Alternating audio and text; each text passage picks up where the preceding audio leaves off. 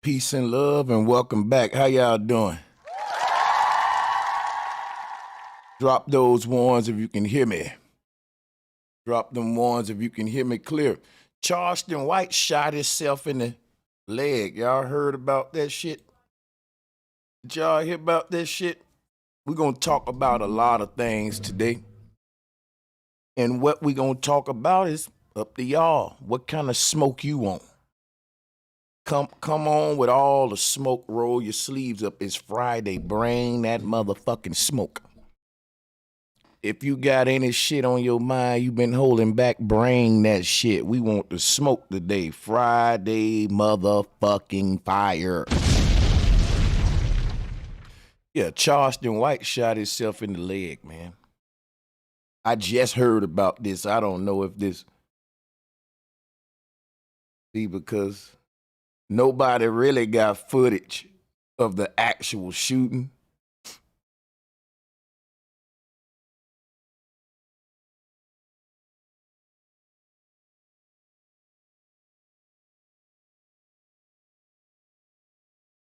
Is that true? He shot himself in the leg at a strip club.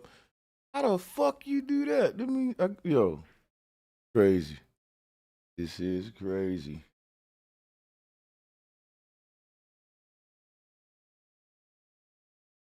Is that, well, I don't know if the actual footage is out there. All I see is a bunch of folks talking about it, but I don't think I got the footage. Somebody said he shot himself for more attention. No, niggas don't shoot themselves for attention. Yeah, when you shoot yourself, the kind of attention you get is the cheddar bob attention. You ever saw the movie 8 Mile? You know the kind of attention you get when you shoot yourself, it ain't really no good attention.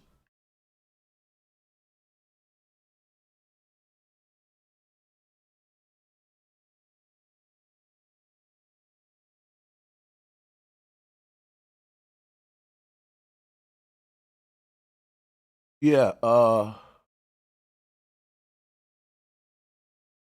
you know, when a nigga shoot himself, the kind of attention The kind of tension that a nigga get when he shoot himself, right? It remind me of this shit right here, right? Let me put this motherfucker up. You know I gotta be silly.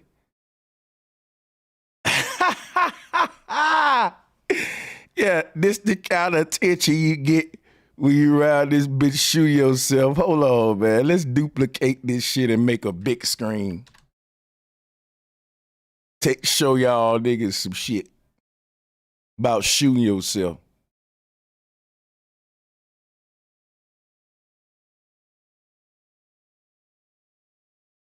Show you niggas something about shooting yourself. This the kind of vibes I get when I hear that a nigga shot himself with his gun. And especially when the nigga got a bunch of guns and the dude that we talking about, right? And he got a whole bunch of guns and he shot himself. Yeah.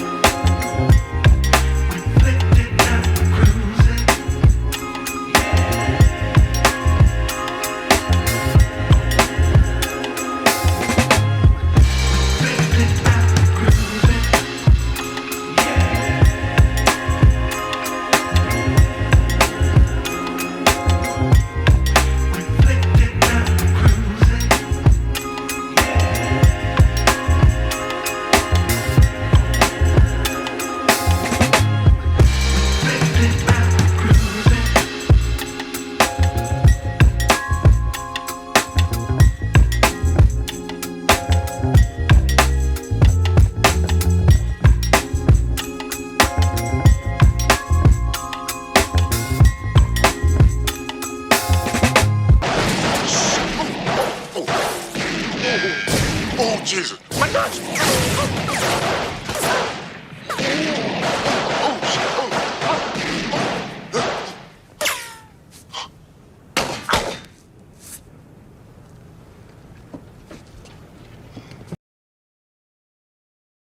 Ah! Oh shit! Oh shit, yo. You talking about funny. They don't make movies like that no more, nigga. They don't make shit like that no more. God damn.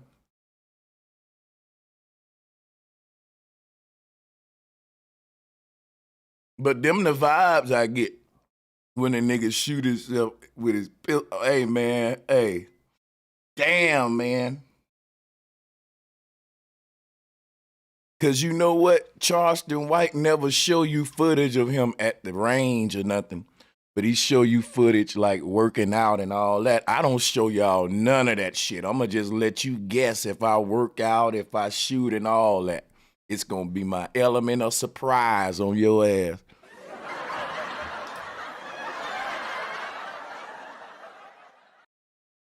But if he did shoot himself, man, I hope the man all right, man. Of course, it's non-lethal. But yeah, gun safety, man.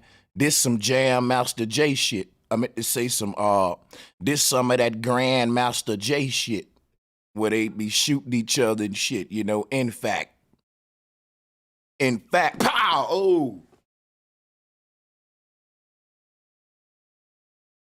You can never have too many guns. Got that nigga doing a Harlem Shake.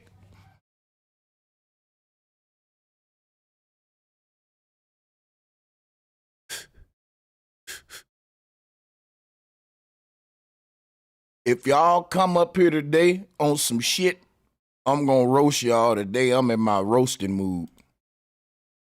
And I got on my Smedium shirt, nigga.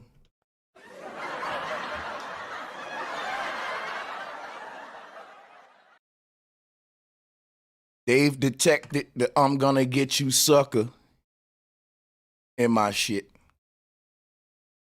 And they gonna temporarily block it. Okay, so do whatever you want. They temporarily stopped it for that part. I don't give a fuck. Write it down, take a picture, write it up, detect it. I don't give a fuck.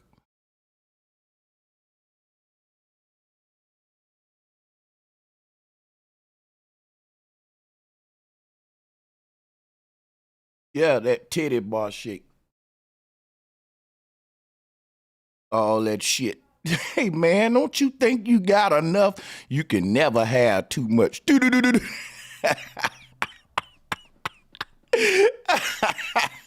uh, oh shit. I'm gonna go watch that movie, man. I'm gonna go watch that shit tonight, man.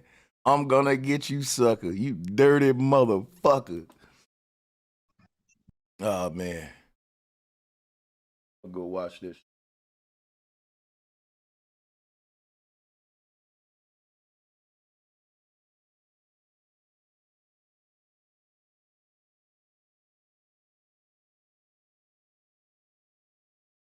What's good? What's good? What's going on with you, man? Oh man, same shit. What's good? What's good? What's good with y'all, man? What's up, Drop? Shit, chilling, man. I'm just out here, man. Yeah, just out here. Just out here trying to bust moves to make shit right. You know how that go.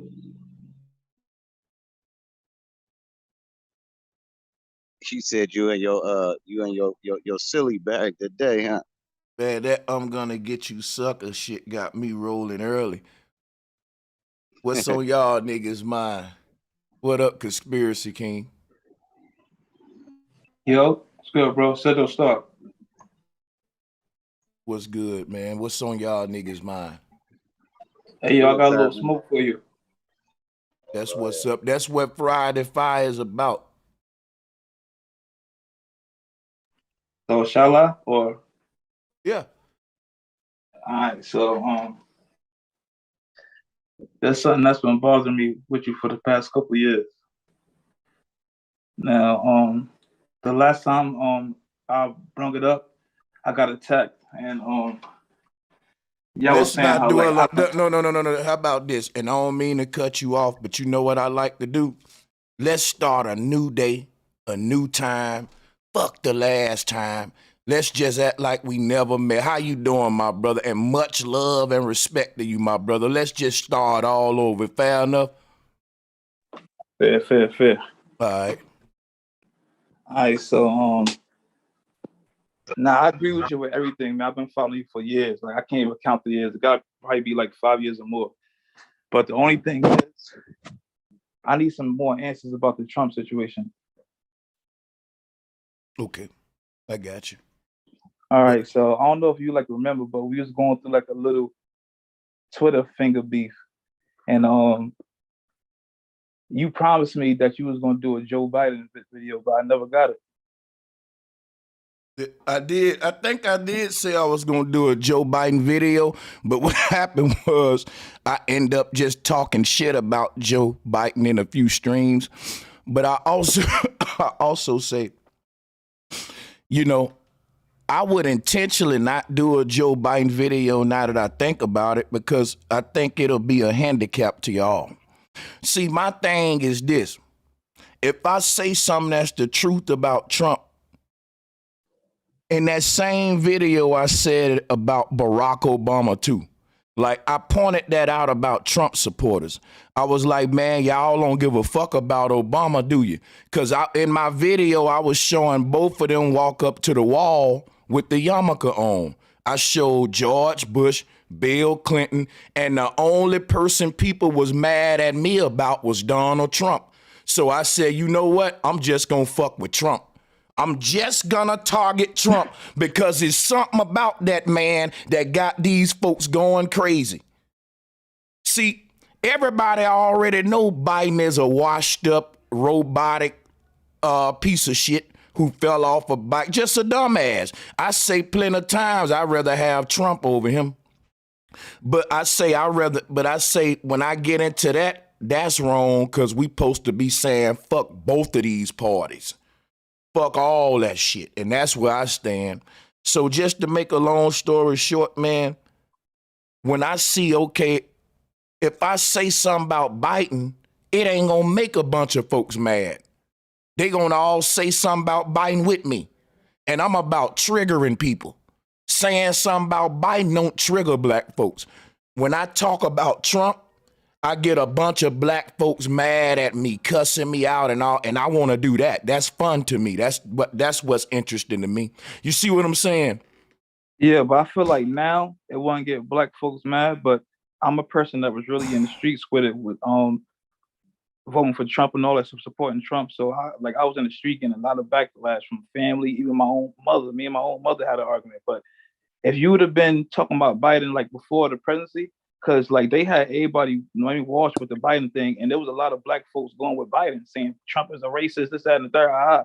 Now, if you would have came out at that time and said fuck Biden and made a Biden video, you would have got a lot of backlash. But now it's self-explanatory. I mean, he had to become president in order for Saying something about Biden don't trigger black folks. When I talk about Go ahead. Cut y'all YouTube videos off in the background. You got it, brother. Yeah. So like I'm on personally, like I had a lot of moments where black folks is triggered by Biden, but now it's not because they see for their own eyes what he's doing. But I'm saying, like, all right, I can see what you're saying. All right, do you hear the stuff that Trump said? Did you hear when he said that he was a part of it, but now that he's going against it, and now that's why they mad at him. Now that's why they trying to turn everybody against him. Do you think that's bullshit? Well, I don't really listen to what these presidents say. I just watch what they do, and they all lead us to the slaughterhouse. You gotta listen. When a president talking, do like this. Just watch what they doing and mute their mouth, shut their mouth up. Watch what they doing. That's what I'm about. You should move in life like that too. But yeah, go ahead. Look, listen, Trump was the first president that I voted for. I never voted. I may be wrong. I may be getting the received or whatever, but I feel like there's a lot of people that's selling out. You got battle rappers, this, that, and third, and I trust you, Sanchez, and I love you, bro. But at the end, Much love. I love you too, bro.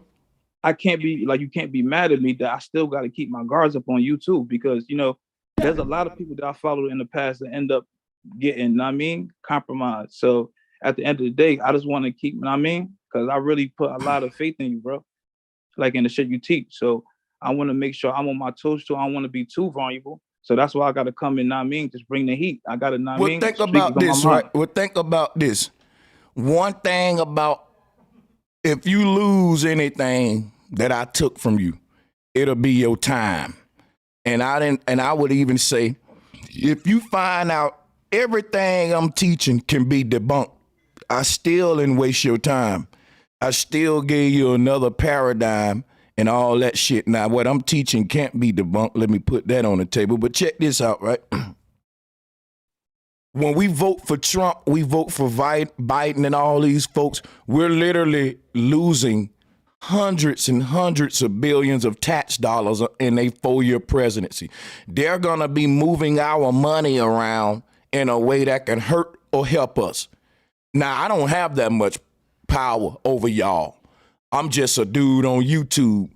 The most I can take from you is a little of your time. And you be like, man, that nigga wasted my time with that bullshit teaching, right? But I can't really waste your future like the presidents can. Like, I can't really determine the fate of your kids, how they treated in school, what they learning, that's the presidents, right? So one thing I think we got to do when we try to put our higher ups under a microscope, scrutinize them, or when we bring them up, we cannot compare presidents to citizens, because I didn't take an oath, so I could do what I want to do. You know what I'm saying? I ain't in that seat. Bro, Bro, look, I wasn't comparing you to that. I was just telling you, like, in the overall state, like, why I'm even bringing this smoke to you, just like, so, like, I want you to know I'm just not. And I appreciate that. I appreciate that too. Remember, I've been dealing with you for over 5 years, bro. Yeah, like, so this shit is deep. Yeah, I really appreciate you though, for real, man. You know what I mean? But Pharaoh, like, I was following Pharaoh for a while too. Now look, I really trusted that kid. You feel me? Now look at him. nigga, and to look at him, like I'm feeling, I mean, like I got really deceived, son, by a lot of people. And like I feel like at this time in my life, I'm 33 years old, and like the way I'm trying to go in life, like I'm not trying to be deceived no more. I believe you. I'm not saying I don't, because I wouldn't even be here at all. I'll be really bringing the smoke to you. But I had to ask you that because I know a lot of people was getting paid off by Biden. It's on the third, from battle rappers to rappers, and they was going hard. So, and I never got a chance while that shit was like really smoking to really, and every time I did, I had like, I got ran off the stage. So that's why now plus I feel like a lot of people feel the same way. They just don't probably want to come at you like that, but they Well, just how they want to feel? know. Like I feel like people like follow you, they believe you, but at the end of the day, it's like, yo, they hope they not getting deceived. Like they hope they not. No. See, here's how I go. A lot of people follow me. A lot of people just listen to me and they follow their own heart, right? And those are the people that really get what I teach. If what I teach make you a follower of me versus a leader of yourself, I failed you. And that's why I be on here every day. Now listen, ain't nothing wrong with the follower mentality. But once you know your path, it's up to you to walk your path and all that. Like if a person following me, and I ain't trying to use semantics or no wordplay or nothing, they going down my path. I just feel like all am as a guide, I'm a voice in the wilderness that you hearing, and you can either hear it and it can help you on your path or not. But I don't really recommend people follow me. I recommend they just learn from me. The following thing is like the New Wapian, the Malachi York deal, the Jim Jones deal. You're going to follow me everywhere I go. Like the New Wapians literally followed Malachi York. He was with a bunch of people. When he moved, they moved. When Jim Jones moved, his people moved. They got a whole city, Jonestown. I don't really have a following. I think what I have is a class, a interactive community of think tank. And I think we should look at it that way, and then it can lead you astray.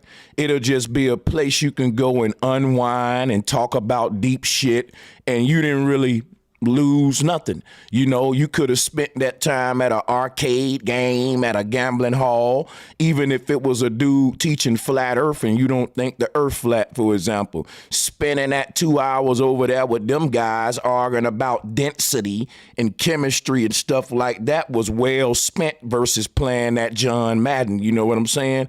Even if you see what I'm saying? So that's what I offer. I offer a place where nerds, because, you know, critical thinking ain't popular in our world. And online, it ain't a lot of places that even let the people click the link and come up and talk. And if you can click the link and come up and talk, the conversation always on some shallow shit. And if you go too deep, they're going to say, "What you trying to teach, man? We just chilling, you know, we just some shit like that." But I said I'm going to make a place where the people can come up and we can exchange. And you can reach over here. I always say that you can reach. I'm bringing philosophy back and critical thinking. So, I mean, that's what I'm offering. I think I don't really consider this thing a community where I want to really create followers. Now, we use I know you're that. Not trying to run like a court, and I know that, bro. I know you're not trying to run a court. And I know that. That's why I fuck with you, bro. Feel me? I know that. But what I'm saying is, like, at this point, like, I mean, I feel like I believe what you say, and plus, like, not only because I'm riding the bandwagon, because I truly, in my heart, I got that I feeling. You feel me? When I hear what you're saying, and I know it's true in my soul. But at the end of the day, what I'm talking about is like, for instance, like J. Cole, like that was one artist that I follow, and I'm comparing it to music. And hopefully, you get the analogy, and we don't play, semantics or anything, but J. Cole, like, I was following him from before he signed, whatever, right? So I was hoping he didn't sell out. I was hoping he didn't sell out. I was like, damn, J. Cole is an artist, a conscious you artist. shouldn't, but let me split. The way you living, though, ain't a good. Let me show you what you're doing, right? Here's the truth. I gotta tell it to you, bro, because I love you. I see what's going on. Check this out.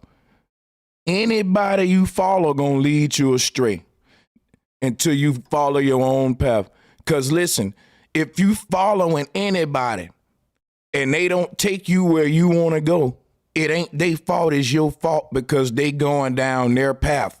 If you following me and I'm going to my house and you end up at my front porch, you end up on my front porch and you mad at me because you ain't at your house, I'm going to say, man, you should have went your own way home. You followed me and mad that you didn't make it to your house. You mad that you in front of my house. You see, that's what's going on with the way you approaching this thing. Like, anybody you follow gonna lead you to where the fuck they trying to go, not where you trying to go. And yeah, so I guess that's what I'm hoping. Like, I'm not getting led astray. That's straight, basically. Yeah, you're right. Well, you're gonna always get led astray because you'll never get to where you trying to go following somebody else. None of us people online are meant to be followed. The way you approach this internet shit is you listen to people and what can benefit you and help you, you take that. And the shit that you don't fuck with them, you say, man, that nigga tripping on that. He on some bullshit with that. I'll take that, keep the rest of that shit. That's a luxury that y'all got and y'all ain't using it right.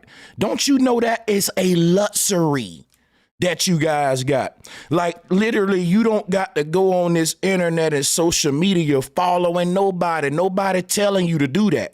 So if you do that, that's on you. That's all I'm saying. You don't got to do that. All you got to do is listen to folks, take what you can use it, and the shit you ain't fucking with, man, and nobody can never, ever lead you astray if you do that. You could never be led astray if you do that.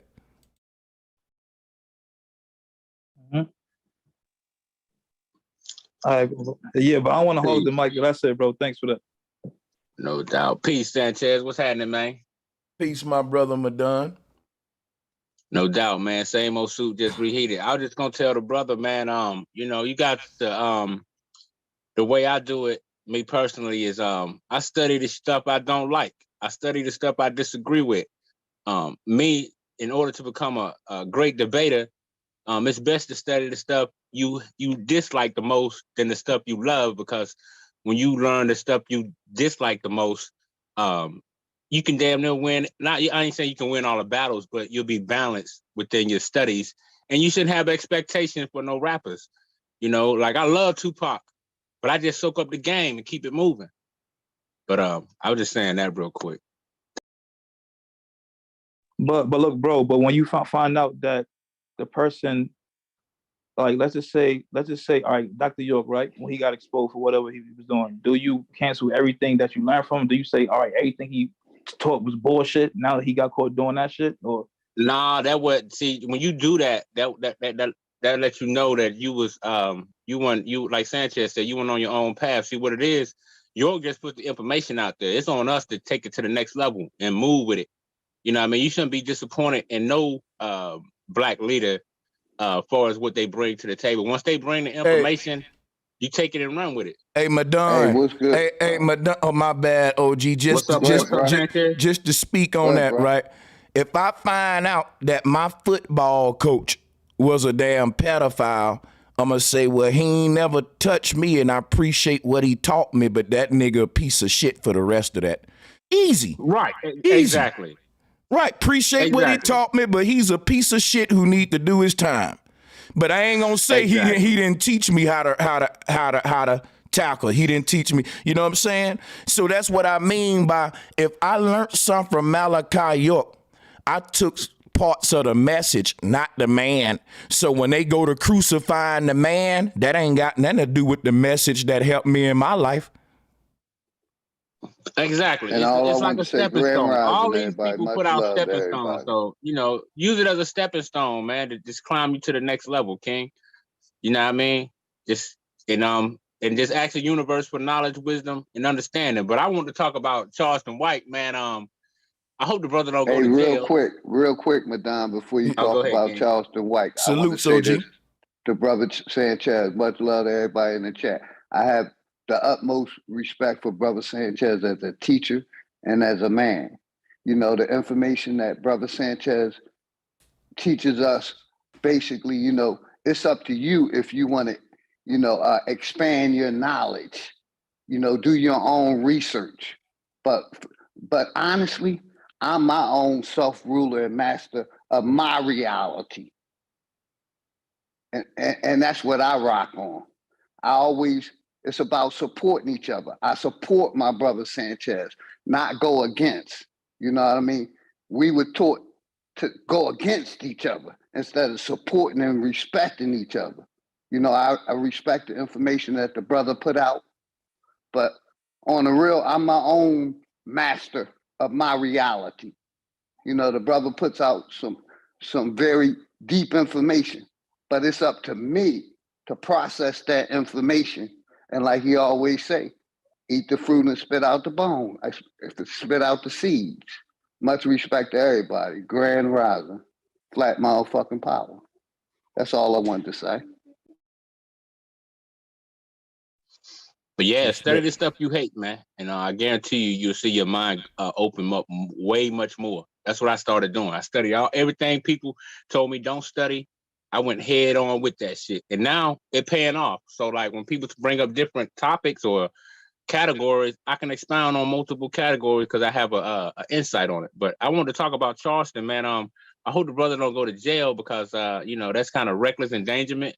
And you know, it's kind of showed that the brother was shook, and you know he need to go back and have some more gun safety classes. But I hope the brother all right. Yeah. Soldier Boy been teasing him. You already know that. But yeah, that's crazy though.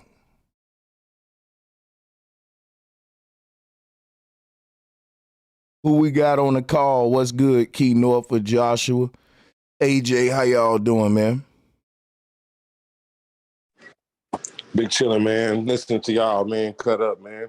I wanted to see what y'all heard about that new shit going on in Chicago, that purge damn near they got going on. Where they finna let a whole bunch of motherfuckers out come January, and they changed all the laws where ain't no bail. It's like just some crazy shit going on that's out there in Chicago, man. The whole state of Illinois, where they trying to say they damn near finna do a purge, finna let a whole bunch of people go. And then people that get locked up and shit, like all kind of crazy crimes, ain't no bail. They got some things going on with the ankle monitor. Like if you violate, they can't come get you till like 2 days or something. I just want to know if y'all heard about that and what y'all think about that.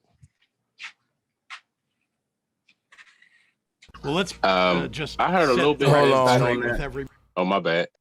Yeah, my bad. I was playing a little video about the purge law, and I ain't mean to hit play. But yeah, go ahead. I paused it. Nah, I was just gonna say, I heard a little bit about the purge. I heard Professor Griff speaking on it. I'm not sure if it's. I mean, it seemed like they, you know, it's. But like I was telling the brother Bobby, man, when I was telling them how, you know, if they want to come take something, they'll take it. Like they took Printing Green, now they about to take, but they didn't took Old Block now.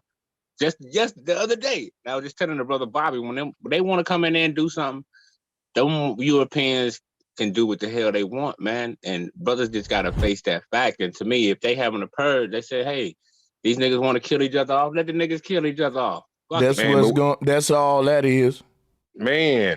But how do you feel about that? Is that, you know? See, look, you breaking up. There's breaking. no bail. There's no bond. Can y'all hear me? There you go. Yeah, you was breaking up at first. You got it. The thing is with the no bond, it's like no bond for like some crazy crimes. I'm talking about like kidnapping and all type of crazy shit, right? Stay your ass out of no. crime. Stay the hell out. It's just that easy. Stay your ass out of crime. Y'all want to check this out real quick to see if anybody want to know what it is. I'm gonna play this Shout right out to quick. Bobby. He say he's Chicago. Shout out to Citizen Man. I wanted to know if he was up on the panel, if he know about it. I think it's crazy to me, man. Like real talk. We finna get some insight on it now. Hold on a second. Peace to the Peace to everybody. Let's check the video out. Yo, what is up, YouTube? It is Legend. Welcome back to another information. 2023 is when this law or bill will be going to in effect. And I really recommend that you guys leave a like on this video, share it with as many and getting the hell out of that state, because this is about to happen next year on the first day of the new year, literally. So I'm gonna let you guys watch this video of this mayor basically talking about this, and I'll leave article links in the description box down below for you guys to go check out. But this is very disturbing to hear. I've watched this video clip probably about 2 to 5 times, and every single time that I replay it back in my own head, it makes my stomach. These are the non-detainable offenses on the screen. Kidnapping. You can get right back out for kidnapping and second-degree murder. This is real purge law shit. Come on, man. Turn upside down, and it's just obscene on hearing something like this. So yeah, I'm gonna catch you guys on my next video. I'm gonna let you guys watch the clip, and yeah, let's go. Comments on this. I can't even begin to tell you how dangerous this act is.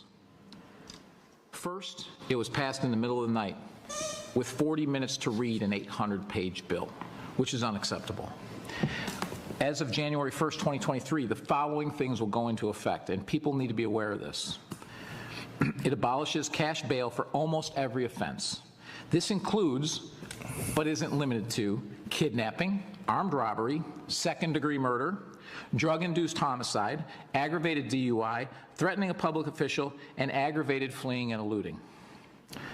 Offenders released on electronic monitoring have to be in violation for 48 hours before law enforcement can act.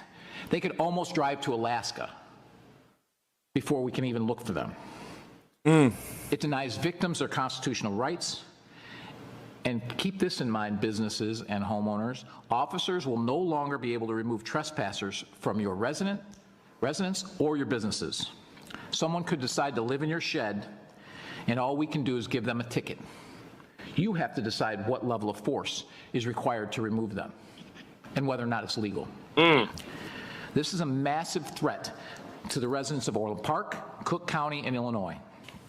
I want to remind voters that several elected officials that will be on the ballot in Orland Park voted for this abomination. Senator Michael Hastings, Senator Emil Jones, and Representative Justin Slaughter all voted to put criminals ahead of the safety of law-abiding citizens and police. In particular, Senator Hastings, who personally told me that that he had a family and that this bill was horrible and there was no way he would vote for it. An outright lie that, in my opinion, disqualifies him to hold his office. I will gladly cast my vote for this resolution and demand the repeal of the Orwellian-named Safety Act. But it doesn't end here. There is currently a bill in front of the House to remove school resource officers from our schools, which means no resource officer at Sandburg High School. The city of Chicago has already done this. I personally don't want to see the city of Chicago become the standard for how we conduct public safety, because they've abandoned their police officers and abandoned their residents and created a war zone full of criminals. There's also a bill to make fentanyl a misdemeanor in this state. And I want to remind you that we have representatives that currently represent us or will represent us potentially in the federal government that voted to not extend the fentanyl ban federally.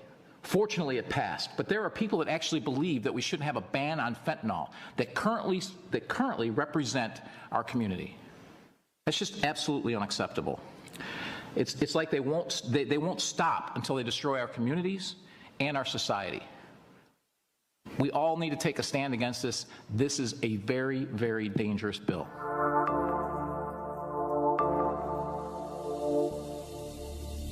Hey, yo, bro, I got something important to say, yo. Hey, yo, I live in Conklin, right? Do that sound familiar? Yeah. That's where that white kid killed those people, remember? But he went to Buffalo, but he from Conklin, right?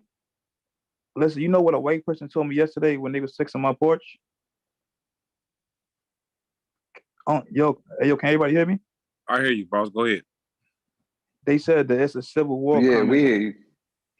They said that it's another civil war coming, and they said they suggest me to keep my doors locked and go get some guns. Well, the Civil War started a long time ago, brother.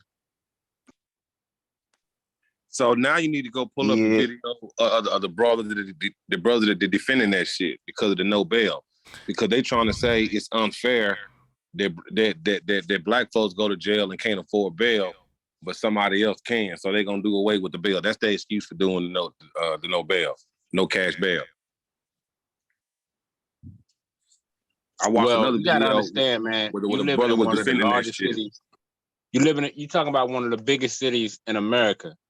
And one thing we know about America, they hate their image to be tainted. So if you got niggas running reckless through their city, man, these Europeans will do whatever it takes to neutralize the situation. Let's hear this real quick, guys. Well, let's just set the record straight with everybody. The Safety Act is designed to keep murderers and domestic abusers, violent criminals in jail, and to address the problem of the current system, which allows those people, murderers, domestic abusers, and so on, to buy their way out of jail by just paying bail. So we're addressing the problem that exists today, making sure that we're, also addressing the problem of a single mother who shoplifted diapers for her baby, who is put in jail and kept there for 6 months because she doesn't have a couple of $100s to pay for bail. So that's what the Safety Act is about. Are there changes, adjustments that need to be made? Of course, and there have been adjustments made, and there will continue to be. Laws are not immutable. They are not, there with no change that's ever made to them, of course. So you hearing more than one side of it. So now y'all can make your say what you got to say. You can make more. I want to say one thing, bro. If they wanted to do something, what they would do is the lady who got shoplifting for her Pampers, they would look at the situation and judge it accordingly. You know what I'm saying? Rather than, okay, so since she can't afford it, then we're gonna do away with all of it. Man, that shit don't even make sense, bro. They trying to kill us, bro. I don't give a damn what to say. Oh yeah, salute. Hey, peace to power, bro. Hey, I just wanted to say, man, I feel like it's kind of like predictive programming going on, like kind of like manifest destiny. Even though all these things can happen, when this law passed, it hasn't happened. Like all these people have been on the streets before at one period of time. They've been attacked and they victims. Nothing within these people's laws implicate that there will be like a mass purge going on. So for the word purge to be put into people being let out of prison is just like real crazy. It's like they kind of pushing or advertising for this to happen, man. I appreciate you for having me up, bro. I really didn't have that much time, but salutes to you, man. Much love to everybody on the panel. Salutes to everybody in the chat.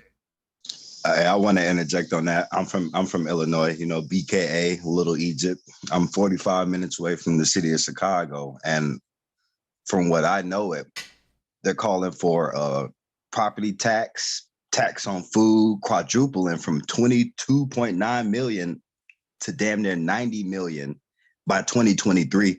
I believe this is going to be another exodus, but they're using crime to their highest alternative to actually start pushing these people, like you said, out of these big cities, shutting down these major complexes, all these gang-infested territories.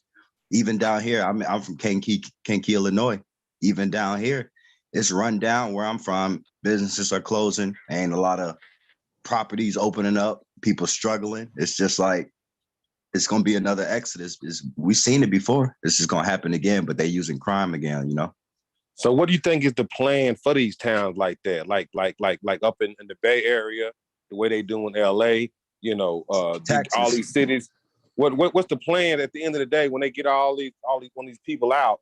Who's gonna want to be there? The same thing they've been doing. Import more immigrants who are dying to come into America and live without a criminal mind.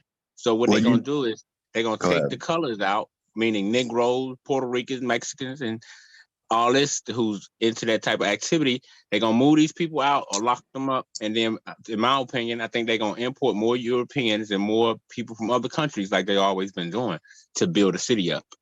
Well, you know, just last year, the Salem Act, or you can come to a country and, you know, seek asylum, that just got restored last year, right after the pandemic. And it's hitting nationwide in Illinois. A lot of immigrants, Polish, Argentinian, Romanian, Germans, all these people are coming to Illinois, and they're starting to be pushed to different categories of land out here. And they're starting to have greater new heights and everything for new land. Like in where I'm from right now, the next 7 years, they're finna totally reconstruct this area. And to my knowledge, it ain't gonna be a place for a lot of Black people, how they living now, a lot of Hispanics, how they living now, you know, Black and brown people, as so you call it, unpolitically. But I do believe that it's gonna be another exodus. And like I said, they're using crime and taxes. People can't keep up with this money. Simple as that, however you want to look at it. I mean, I'm not worried about them talking about purge law and all that. Yeah, that's just predictive programming, but it's bigger than that.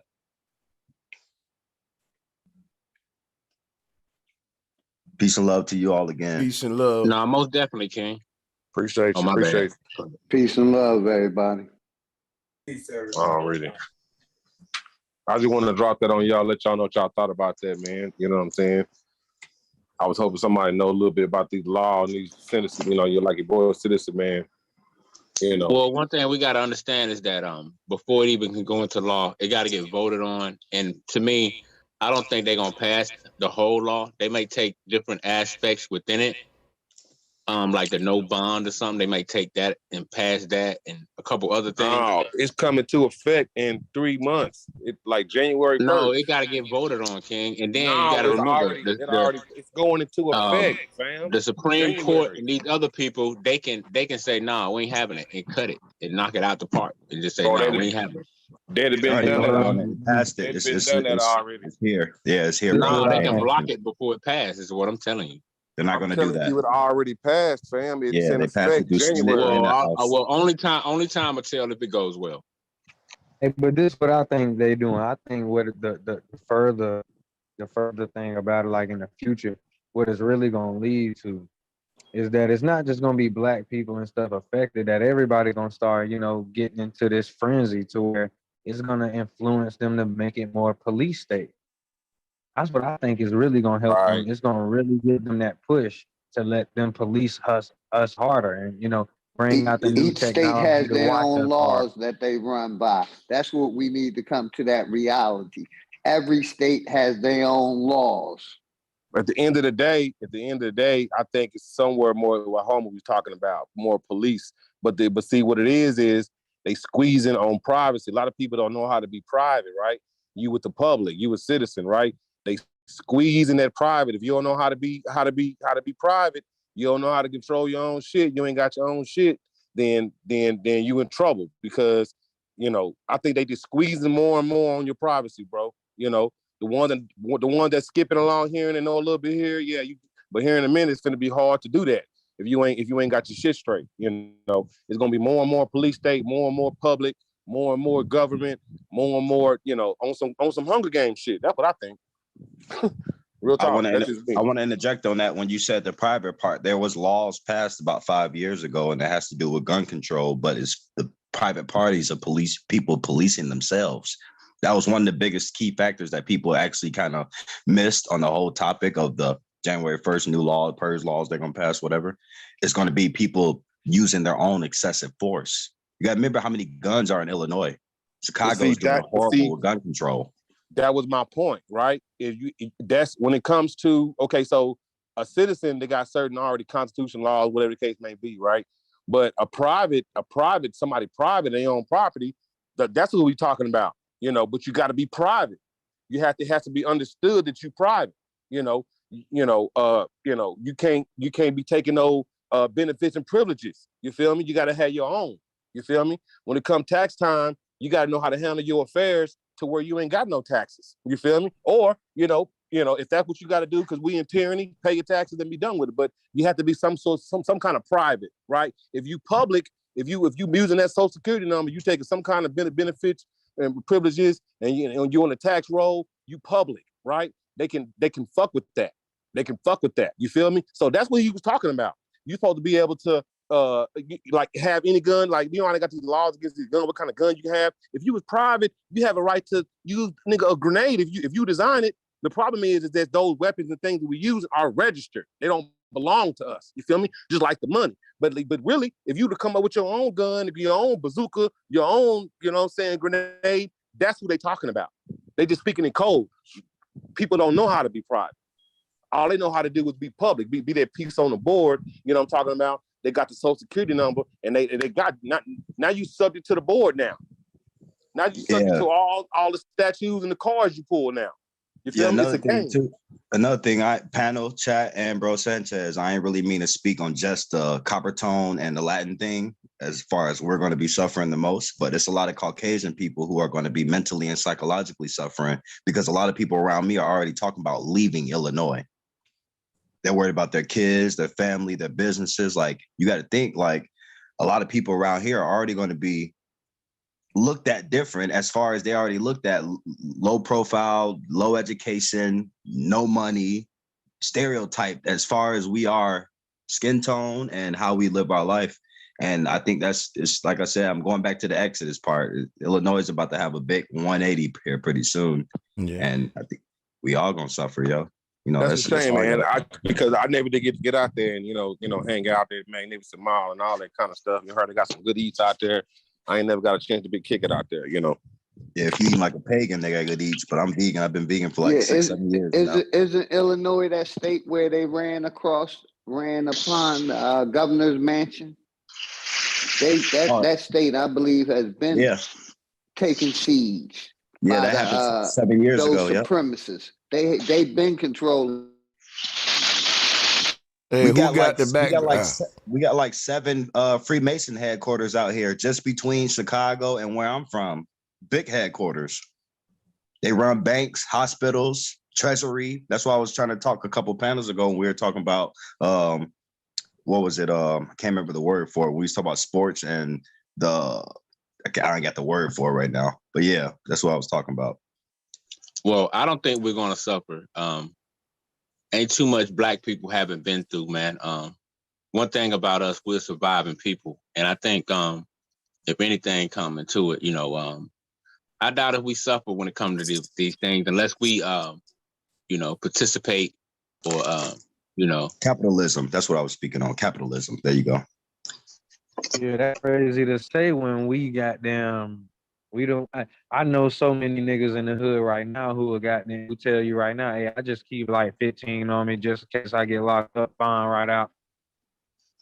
So I know a bunch of niggas who willing to be on demon time just because they gonna goddamn hop out.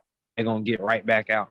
So it's a lot of niggas, man. Hey, that shit gonna happen. We definitely gonna suffer because this where the shit gonna go down. They knowing they can get right back out. They ain't gotta pay. They might as well not lock them niggas up then if they ain't got to pay to get back out. You know what I think this kind of doing? This kind of, this confirms something that I've been saying, right? I've been saying how they really want the gangs to police the community. It's certain areas that the police don't even go in California. They just let the gangs run their politics. And that's a failure to the community who paying tax dollars. So we're doing this on a worldwide level now to where who's going to police the communities? It's going to be the gangs going to really have their own sort of law and order in these areas. And guess what? I think they still working for the feds and the police. I think they just outsourcing police work to the gangs and shit, man. But I don't know. I'm just reaching again, though.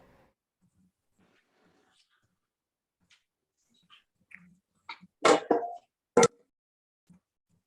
think it's always been there, man. Once you put me on that shit, how the niggas be using these gang signs, and some of these gang signs and shit be the same signs as some Mason shit. Like, nigga, where you get that from? You don't even know where you got that from. You feel me? They don't even know where that shit started from, type of shit. So you got, you know, a nigga that got enough sense to be on some Mason shit, right? He ain't no fool. You know what the fuck he doing? You know what I'm talking about?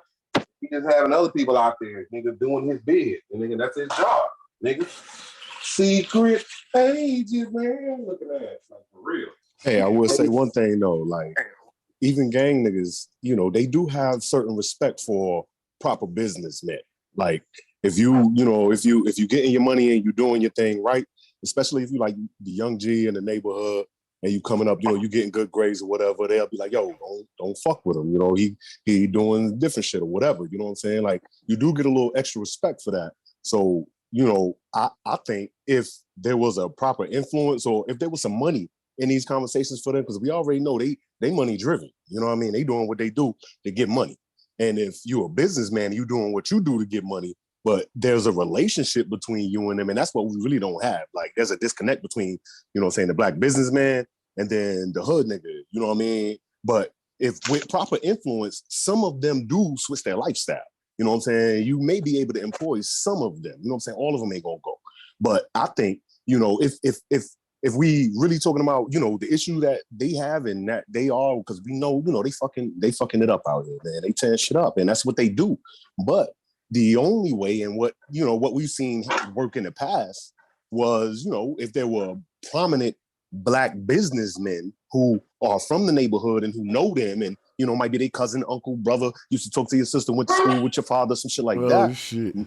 Now we could probably listen to him. You know what I'm saying? We probably got some respect for him, and he doing some other shit. So when he come back and say, yo, you can get some money like this, bro, and I'll put you on, I'll show you how to do it, some of them will listen. So I think what we should, you know what I'm saying, like, just in my opinion, you know, in my humble opinion, I think if we have more business influence, we can influence them more, because they got to start with the money, because, you know what I'm saying, they got a lifestyle they want to continue. Unless they want to come up out of that, they still got bills to pay and a family and kids, you know what I'm saying? So they, you know what I mean, they putting their life on the line to put food in the mouth. So when you come and say, yo, I think you should do this, they like, all right, well, am I still gonna be able to, you know, take care of my family? And, you know, that's where I feel like, you know, we could kind of get that in if we on our business shit and we approach them in a business manner, you know what I'm saying, talking money, but we got to be businessmen to do so. Here's the problem I see with that, because I took a long time to figure out the difference between that red and blue shit, Democrat. Here's a look. On that side, even on the private side, you don't want to be private. That's just, again, being part of the capitalism, right? The business, like you say, right? But the problem with that is everybody can't do it. It's only so much room. You feel me? You can only have so many smoke shops on your block. You can have so many furniture stores in your neighborhood. You can have so many, you feel me? It's only so much room. You kind of see what I'm saying? So it's like somebody got to be at the bottom when it comes to that business shit. That's why it's called capitalization. You feel me? You got to capitalize on the next man, either ignorance or his loss on something. You feel me? Some kind of way you got to step over, nigga, and be better than him. It's a race. It's competition, and everybody can't win. You right, and that serves the purpose as far as bidding. I wish more, you know, everybody was in their money shit, they bid this shit right. But at the end of the day, still, especially when you're in a certain kind of community, it's only so much room, bro.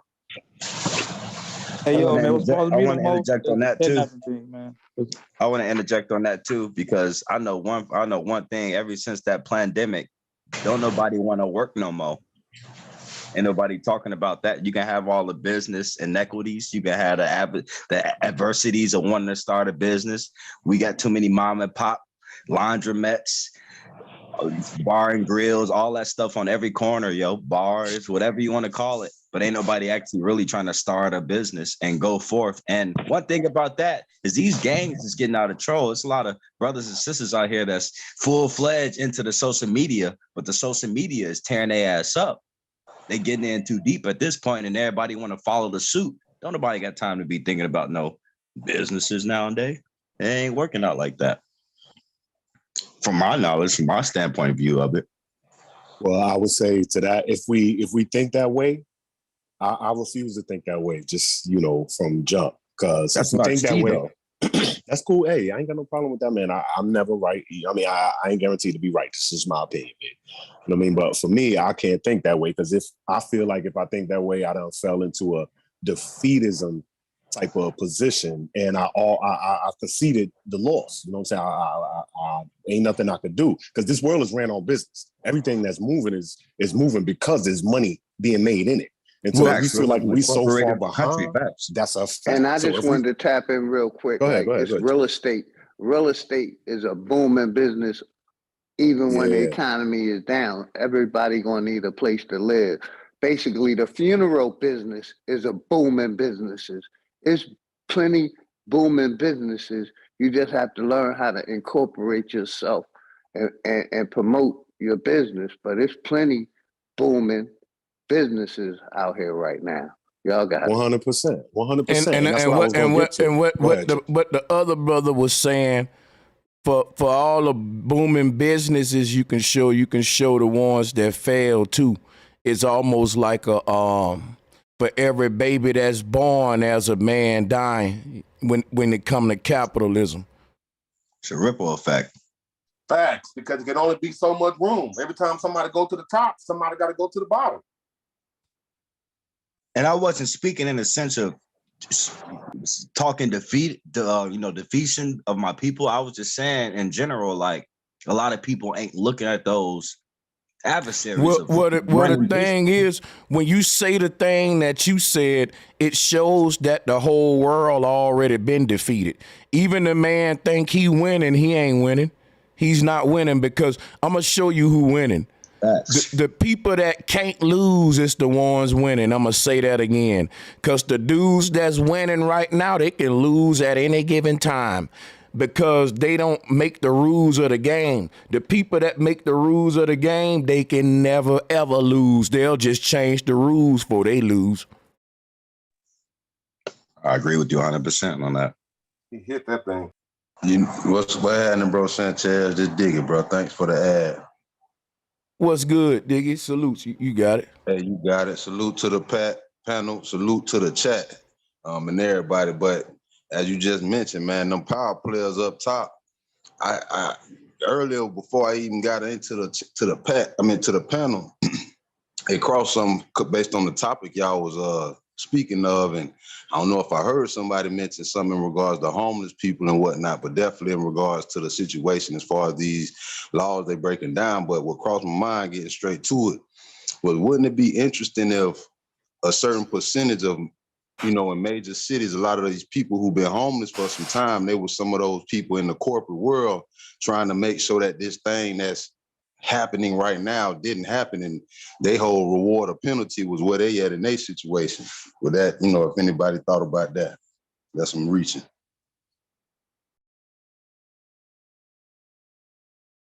I know for a fact. I think 95%. I believe 95% of homeless people have some type of addiction going on, and that ain't true. They need to find their mind.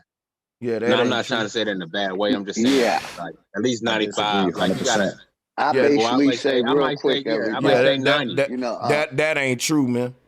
Yeah, they build more animal shelters than they build in human shelters. They care for more animals than human beings. Hey, let me share something with Madon. Hey, Madon. Madon, this shit is like musical chairs. And the homeless folks, for the most part, when the music stopped playing, they didn't have a chair. That's just like because the American economic system isn't stable, people can start planning their life around a certain income and a certain amount of bills. And over time, their rent will start doubling, but they pay won't though. So that's happening right now. What's going on in California is rent is rising like a motherfucker, but your paycheck ain't. And that's going on in a lot of places. And guess what's got to happen in these places? You see big families in one house. This happened in the 50s and 60s when you had 20 motherfuckers in one house. And the inflation wasn't even that high back then. You see what I'm saying? Think about this, right? Everybody back then was able to move out of that house and get their own house easy. And then guess what happened? We had a housing market collapse and foreclosures and all that shit. And it happens every time. And it's like a fucking up and down seesaw effect with government. But check this out, right? In order for the banks to win, they got to be able to cash out. And when they cash out, we have recessions, Great Depressions. See what I'm saying? So it's just no way for us to have a stable economy under capitalism. It's going to always be sustainability issues. You can't sustain it. And these sustainability issues is happening on a political level, energy level, food level. You name it. I learned something today in business about like the certain time it takes for a corporation to recoup their investment. Let's just say, I think it was some kind of crazy video I was watching. I think it was on Ferrari and how they, even through the COVID and all of that, their corporation was still going up because of their brand or something like that. And it was comparing their business to other corporations. Let's say they invest $100 million, right? It'll take them so many years to get that back. You feel me? And how they numbers was like way different than other company numbers. I mean, they get their money back. And I think that's kind of what he was saying. Like whenever it's time for them to cash out, that means something go. And when something go on, that means they finna cash out type of shit. And I wish I knew how many years they know. Here go a debate I want to have, and anybody in the chat room that want to participate on this debate can participate on it with us. Here go the debate title gonna be: are people just lazy, or are there really some legitimate flaws in the system that's creating all of these failures in society, so to speak, these lack of achievers? Is it due to laziness, or can we blame the system? Let's get the smoke going. I think it's a little bit of both. I got it, Madon. Well, I didn't get to finish, but go ahead. I get it. All right, cool. Yeah, this is my first time talking. It's good, Madon. Relax. Yeah, just relax, buddy. I'm giving it right to you. I blame lazy people, not that much. I give them like 15%, because if everybody got off their ass and tried to get a job or do whatever, it's not enough jobs. There's not enough for everybody to be successful. So by that being the fact, at the end of the day, only so many people can make it anyway. But yeah, go ahead. You got it, Madon. Yeah, I was just gonna say, you silly as hell, but check this. I'm gonna grab that 95%. That 95% that I was talking about, that 5%, we got to remember that's based off the population. So that 5% that's left could be 3.2 million. You know what I'm saying? Just to break that down real quick. But I don't think homelessness is just based off laziness. Most time it's addiction to something, whether it's porn, drugs, prostitution, whatever you might be addicted to. A lot of people become homeless or addicted to trying to live like the Joneses when you trying to eat steak but got baloney money. Okay, we can't just blame homelessness on addiction though, because think about it. No, I'm not saying. I'm saying like 95%. I think is some type of addiction. Yeah, let me tap in. Nah, bro, that ain't nah. That 5% that could make up 14 million. That 5% could be 14 million. Hey, my brother. Hold on a second. Madon. Hold on one second, Madon. Let me say this real quick. I'm only going to be a minute. I don't know if y'all guys pay attention to history, but we had a booming economy here at one time. Then they shipped all these jobs out of the country for lower wages. I don't know if y'all pay attention to reality of what's been happening. You know what I mean? But they shipped all these jobs out. Then they had the people fight for the few that's left. But most of the economy has been shipped somewhere else. And that's what I'm saying. This shit been controlled. They've been controlling every aspect of our reality, from how much we eat to what we eat. And that's what I deal with. I deal with reality. Everybody knows they've been taking the jobs from America and sending them to third world countries. so they can make a bigger That's profit. halfway true. I want to If say you want a something on the job, you want a drug nice part. job, you want a nice Nah, that's job. true. You want That's all the way you true. want a You good just nice deal. job, move to Texas. You You want a good job, move to a Texas. non-realistic person. You believe in beliefs. You don't deal with reality. No, man, I'm telling you a fact. And I'm If a you want land a right good there. job, if you feeling down and out of your luck, if you want a good job where you can sustain yourself, move to Texas. I'm just telling you. So I want to listen, agree with the OG. brother, I want to hold agree with the OG because I just got back from Atlanta, Georgia. I mean, last night I was in Savannah, bro. Sanchez, you remember when I told you I was going to swim in the beach and everything? All them people down there, jobs are booming in the southern states. Let me explain something to y'all. Let me explain something to y'all. I'm from Alabama, right? Atlanta was an hour and a half, hour, 40 minutes away from where I'm from. Now check how crazy this is, man. You're right. When you go to Atlanta, you see a lot of black success. But guess what else you see? A lot of black homelessness, man. Let me tell you something. Everywhere you show me where it's good at, I can show you a dynamic of homelessness. For example, right? People doing good in California. You got Silicon Valley, Hollywood. You got all kind of shit, man. It's a lot of money to be made on the West. But guess what? With all these millionaires and billionaires in Cali, Nevada, all these states, even Seattle, Portland, guess what? Every one of these cities you ride through, you'll see folks sleeping under the bridge, sleeping in the parks. You see what you're gonna have that dynamic.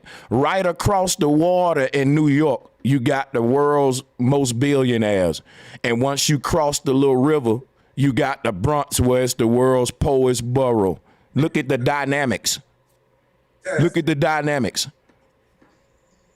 I want to speak on the lazy part about the laziness of it. You can be lazy in so many different ways without not wanting to work. You can go out and want to make a quick $100 and catch a crime.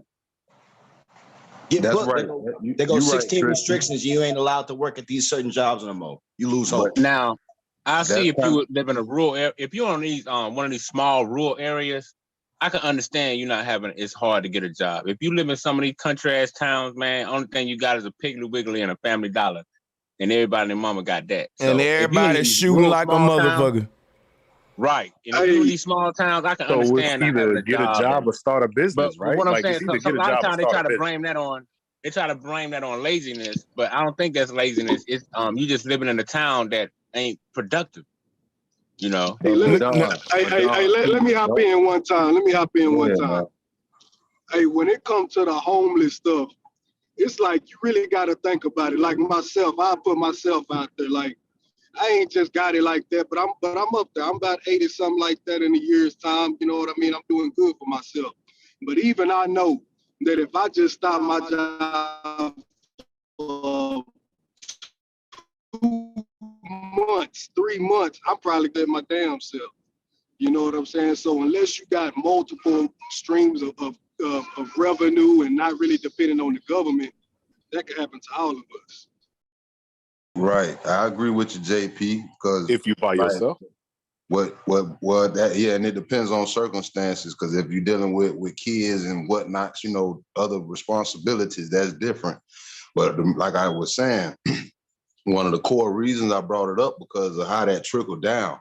Homelessness can be made up because of a bad business deal, not necessarily addiction, but somebody else trying to get on that same multi-business corporate level. And guess what? In order to do that, you will have to eliminate another big corporation. You know what I'm saying? To make that competition still. Some people have gambling problems and whatnot, but like I was saying, you got some people who out here been really trying to put in good work, help people, pave the way, make things a lot easier for certain folk. But could their situation of not being dominant, which is the point of, like I say, this is where I was going with it. Could one of them people who was trying to do all this good be overtaken by the evil out here? There's more corrupt people out here that don't want to see the good. You know what I'm saying? Falling back. That's why I say 95%. That's why I say 95%. See, you got a 95%, but we got to remember that 5% based off the population. That 5% that I'm talking about could make up 9 million people that's homeless for good, based off bad situations that happen. But you got, I think, a 95% is addiction, and that 5%, like I said, can make up. Yeah, we That's got to why think you gotta about make 5%, bro. That 5%, stop. that 5% can make up 14 bro. million You gotta people make that's a homeless divide. because they I lost their talk to job. most Hold on. homeless people, Hold and on. they don't. Let me They don't break it get down. Let me addicted break to it down to drugs you. until after they in the dirt. That's what they turn No, but to. listen, you missed You're the killing point. us with that. You're killing us with the What I'm lazy saying You gotta shit. listen, brother. I guess it's a Stop it, cloud because Madon. it keep going over your head. But what Madon, I'm stop saying is it. this. You said Hold on, listen. 95% You got to of hear me all out. homeless people That are addicted to 95%. something. That's not Listen, true. King. Yeah, it is. Hold up. No, it's Check it out. not. Come on, one at a time. 95%. Just hear me out real quick, and I'm real quick. I'll be brief. That 95% to me is people who got multiple or different kind of addictions. Now that 5%, like I said, based off the population of America, that 5% that could be included as people who lost their job or just unfortunate situation that happened, and that 5% can make up 14 million people when you break it down based off population. And that's what I'm talking about. But go ahead. What about what bro Sanchez asked? What about the actual, it was a two-sided question, and you kind of, I hear what you're entertaining, but the other side, bro Sanchez asked on the debate question, you ain't even seeing that. But I hear what you're saying. That but 5% represent the lazy ones too. That 5%. You gotta hear what I'm saying. Bro Sanchez mentioned that being a corrupt system. Once again, even if all you want to do is subjugate your 95% to addiction, that's a whole classroom you have to sit down for. Because there's a system of addiction. One interjection. Please don't go to hitting both like that. Everybody want to hit both. I know y'all gonna run to hit both. My bad. Go ahead. I know y'all. Go ahead. No, I ain't hitting both. I ain't saying nothing about no addiction being the main reason that people are out here in fucked up situations. Falling back. Hey, look at it like this. Hey, let me get to I was just bringing up the topic, the debate question, how you presented it initially. But you know, I'm falling back. Yeah. All right, cool. Now you gotta understand this too. It's levels to the homeless shit. You got a lot of people homeless. They just have somewhere to stay. Then you got homeless people that live on the streets. It's two different types of homeless people. Them people that live on the streets, like right there in the alleyway, they have no family or nothing. They whole life, it's probably just them, and they from a whole nother state. And they normally, if you ask them and they tell you their story, they had it all before. They was in the military, all kind of things. You be like, well, how did you get homeless? Be like, I'm all I got. It ain't about no drugs. It depends on what level of homeless you talking about. That will make up that 5%. You homeless. That will. Hey, now watch this. Here's how I'm finna fuck y'all up. Watch this. Now y'all know I'm a damn chess player. So let me do this voting poll or body slam. When I say, are the problems that exist within capitalism a result of laziness, system flaws, or both? Now here's the problem. If you choose laziness, I gotta ask you another question. Who is the most laziness? The people who built the system that they won't fix, or the people who don't have a job because they won't fix that system?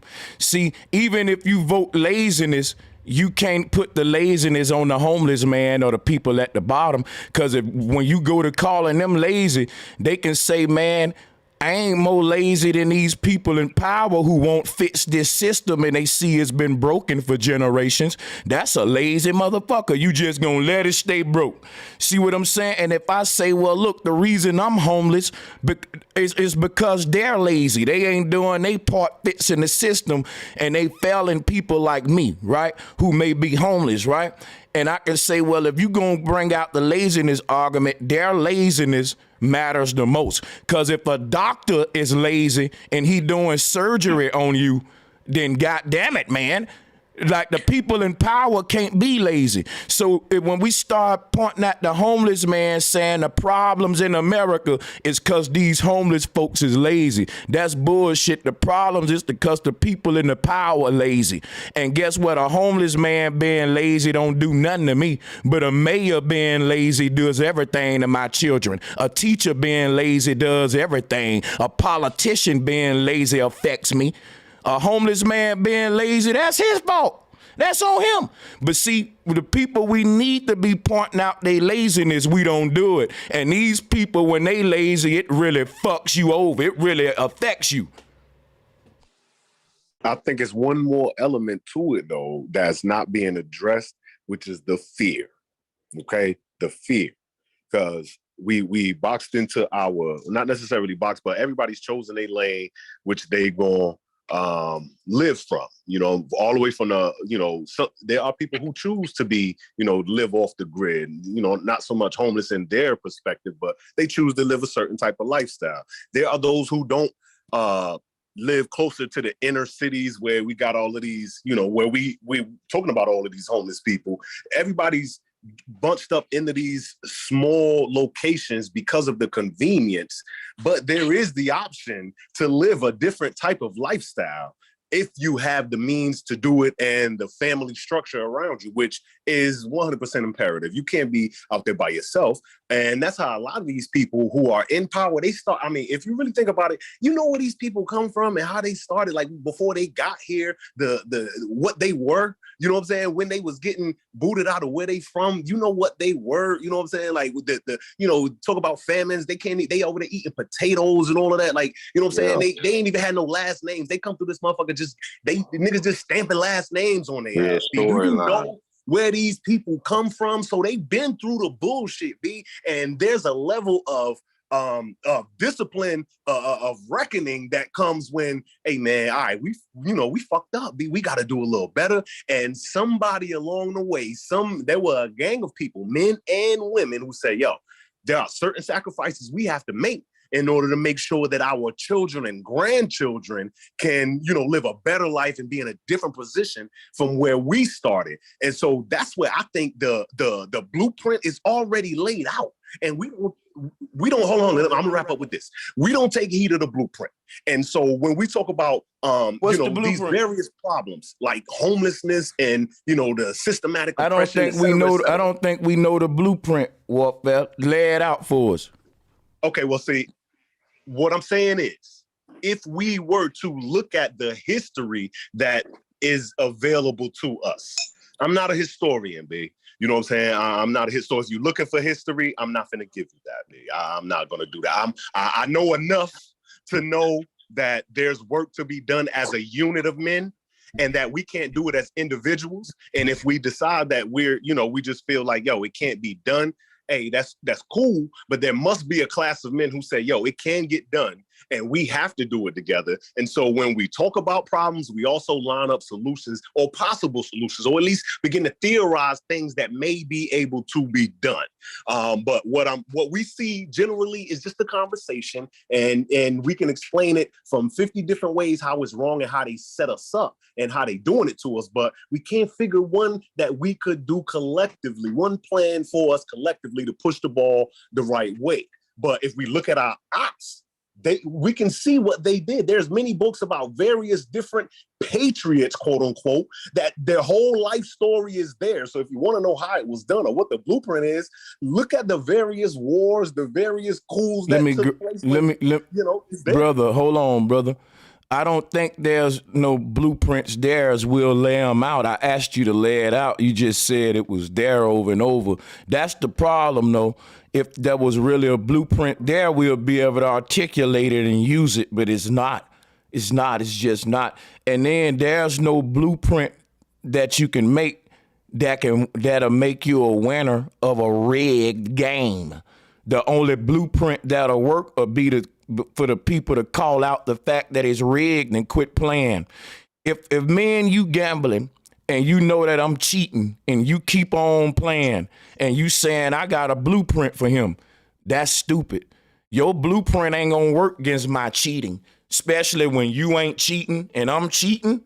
Ain't no blueprint you can make that's gonna help you beat a Right cheater. about that, bro. If you, You're right about that. You're right about that. Now, what so, does quit playing look like? What is that? What is life you know, when you're not playing let look me like? show you what that look like. That mean I stop believing in the system and start believing in myself.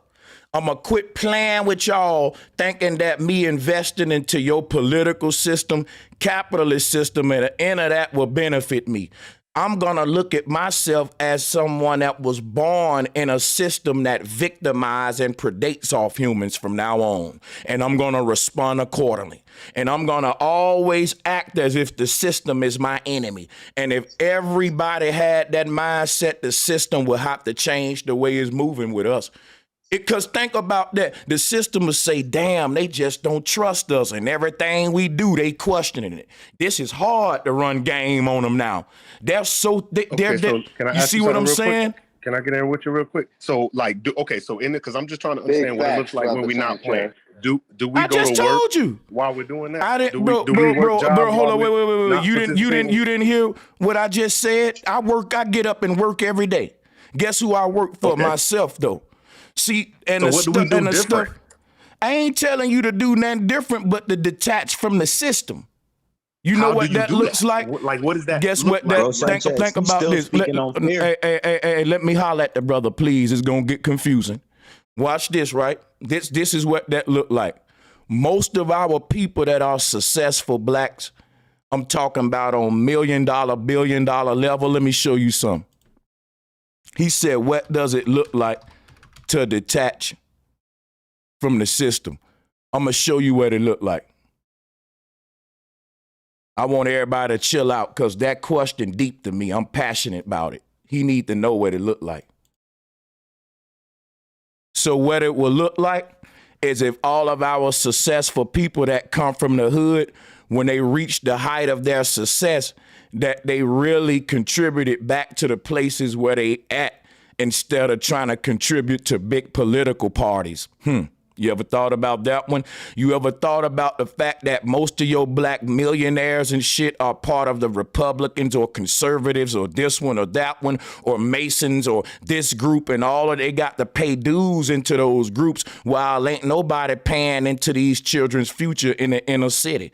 Everybody tied into the church, everybody paying taxes to the government, everybody got a lot of energy and resources to give to Democrats, Republicans, Freemasons, and whatever group, AKA, all that. This is a system agenda to make you buy into things that. So hold on, brother. Hold on, bro. Hold on. What you need to learn to do is when a man is answering your question, listen to that man. You got 2 ears, 1 mouth. Every question that I asked you, I shut my mouth up and waited till you was done before I said anything, because I'm a listener. I want to hear what you saying and digest it so I can respond the right way. Now, if you interjecting while I'm talking, it makes me think he ain't really listening to me, because I'm giving you the game. Everybody on the panel, can't y'all get what I'm saying, though, about detaching from the system and just plugging with the people?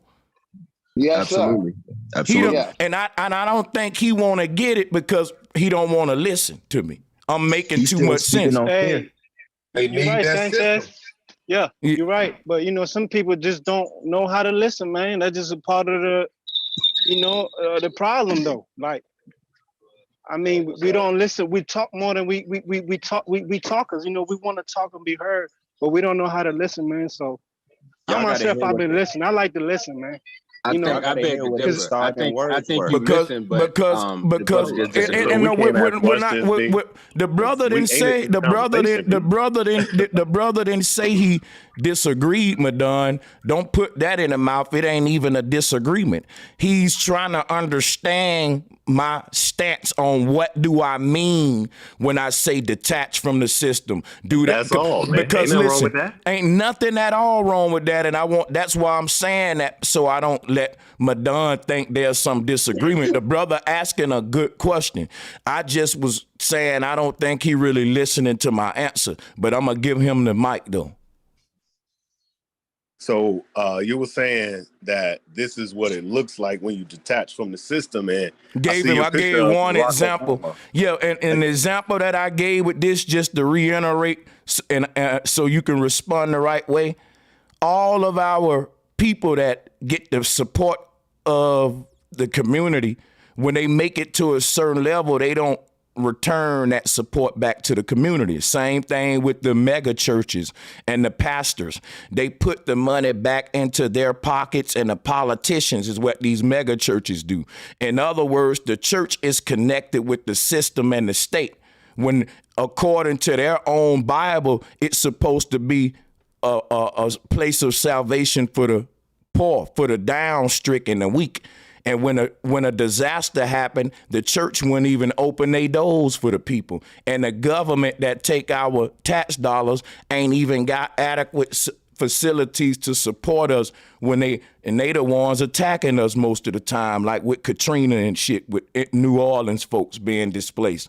What I'm saying is, all of our successful people who owe their success to their uncle who took them to practice every day, owe it to not only themselves, but that support system around them that didn't may have a lot of money and resources, but they had a lot of time, and they put that time into you, young man, and it made you something. And then when you got to be something, you got with a bunch of white dudes that's funding our damn extermination. That's what we call selling out. And that's a result of failing to detach from a system that don't mean you no good. That is true. But is there someone that did detach that we could look at? Because you were given a blueprint on how to detach from the system. I can't really name a lot of people at these high levels that's done it, but I can name. Hold on, wait, brother. But I can name a lot of people, brother. But we can't talk over each other. How you ask a man a question and then answer it for him? What I was saying was, no, to answer you, there's no one at the top we can look at as an example. But there's a lot of regular people, just regular everyday men that is taking a little bit they got and putting it back to the people, like the dude who built the machine in Flint, Michigan to help his community with the water crisis. The government ain't do that, and they got all the money and scientists. This regular man did it, and he was sabotaged.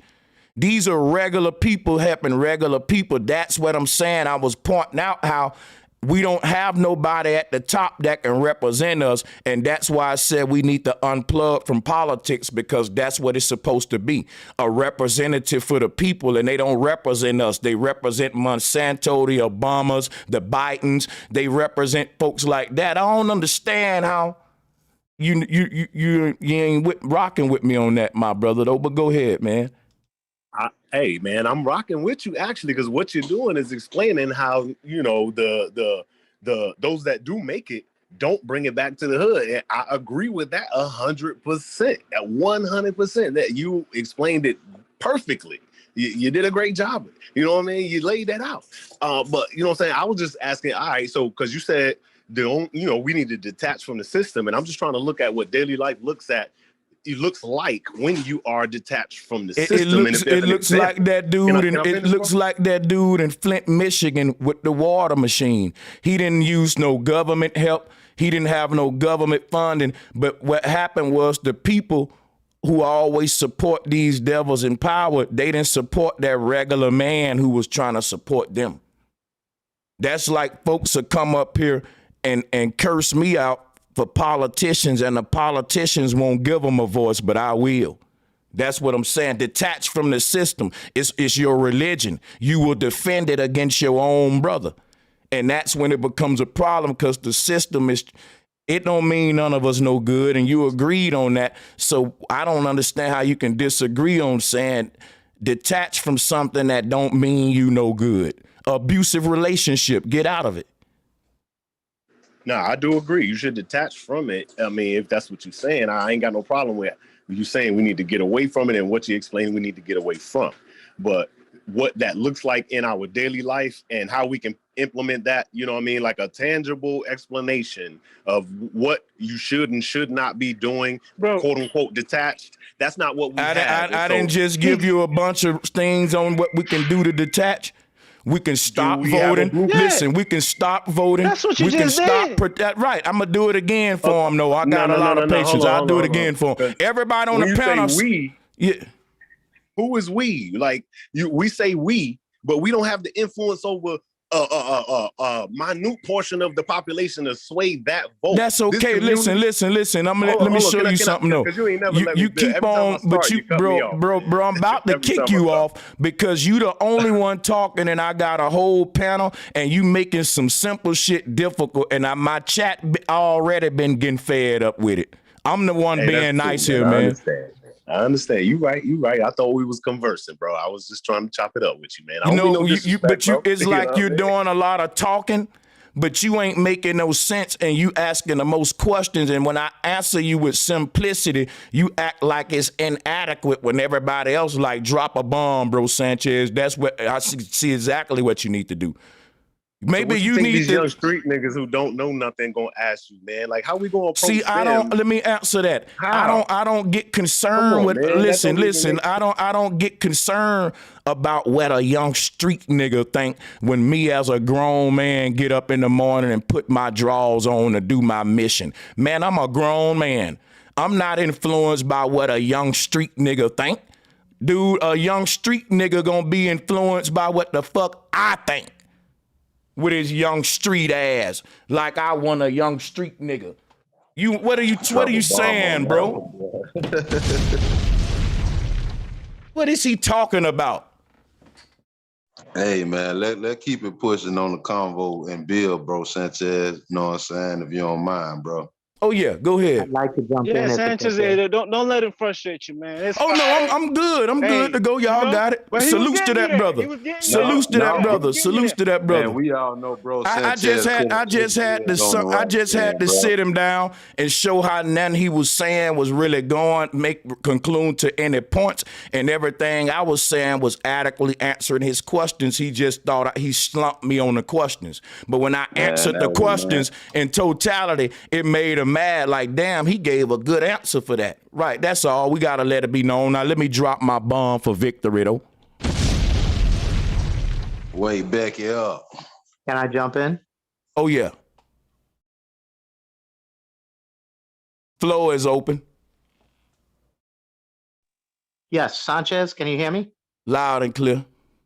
Awesome. Sanchez, I understand what you're saying and the points you're making, but when it comes, I live in Orlando, Florida, and the homelessness here is ridiculous. When you go to downtown, they make it look like Florida is this glorious place to be and everything else. But when you go downtown, it's nothing but homeless people there. So I see that every day going back and forth from work. Every day I pass and I see the homeless situation over there. When it comes to the homeless situation, I understand how we live in and the system we living in, and it's all flawed and everything else. I understand that. But homelessness, I feel personally, as much as I hate to agree with Madonna at any level, but he has a point, brother. Man. Ain't nothing wrong with agreeing with the truth. When it comes to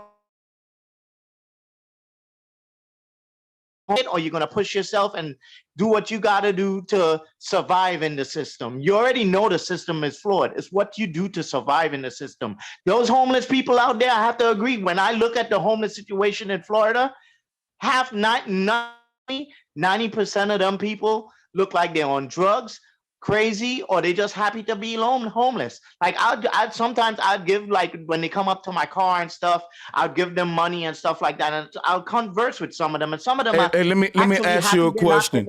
Let me ask you a question. Let me ask you a quick question. Have you ever done any kind of job where you had to do any kind of community outreach work or work with the homeless people?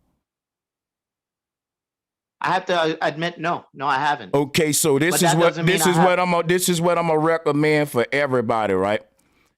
You really should get into that kind of stuff. I have the job. I actually worked at a homeless shelter. I helped a lot of homeless folks, and I had the same mind y'all had. I'm gonna tell you how fucked up I was.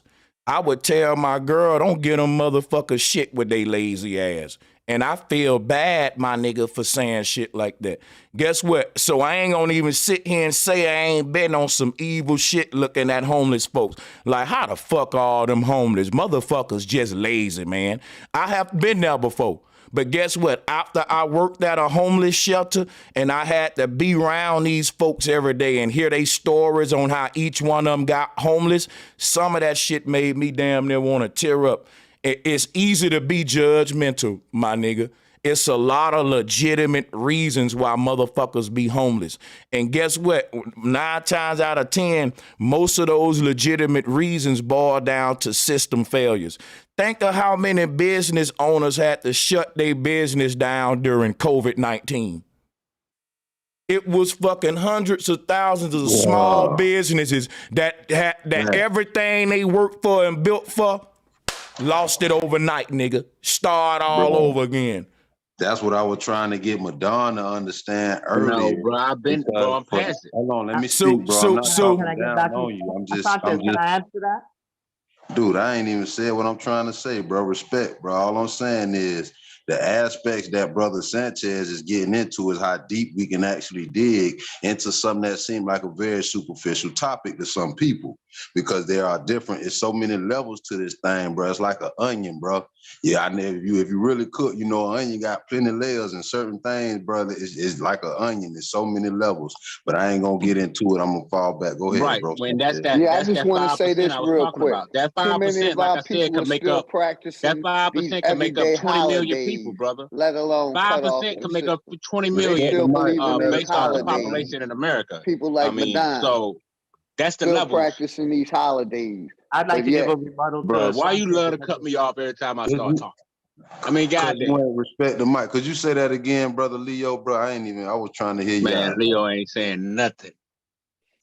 like I said, too many of our people still participating in these holidays, let alone not voting and trying to get out of the system. They're locked in a belief system that this system is truly working for them.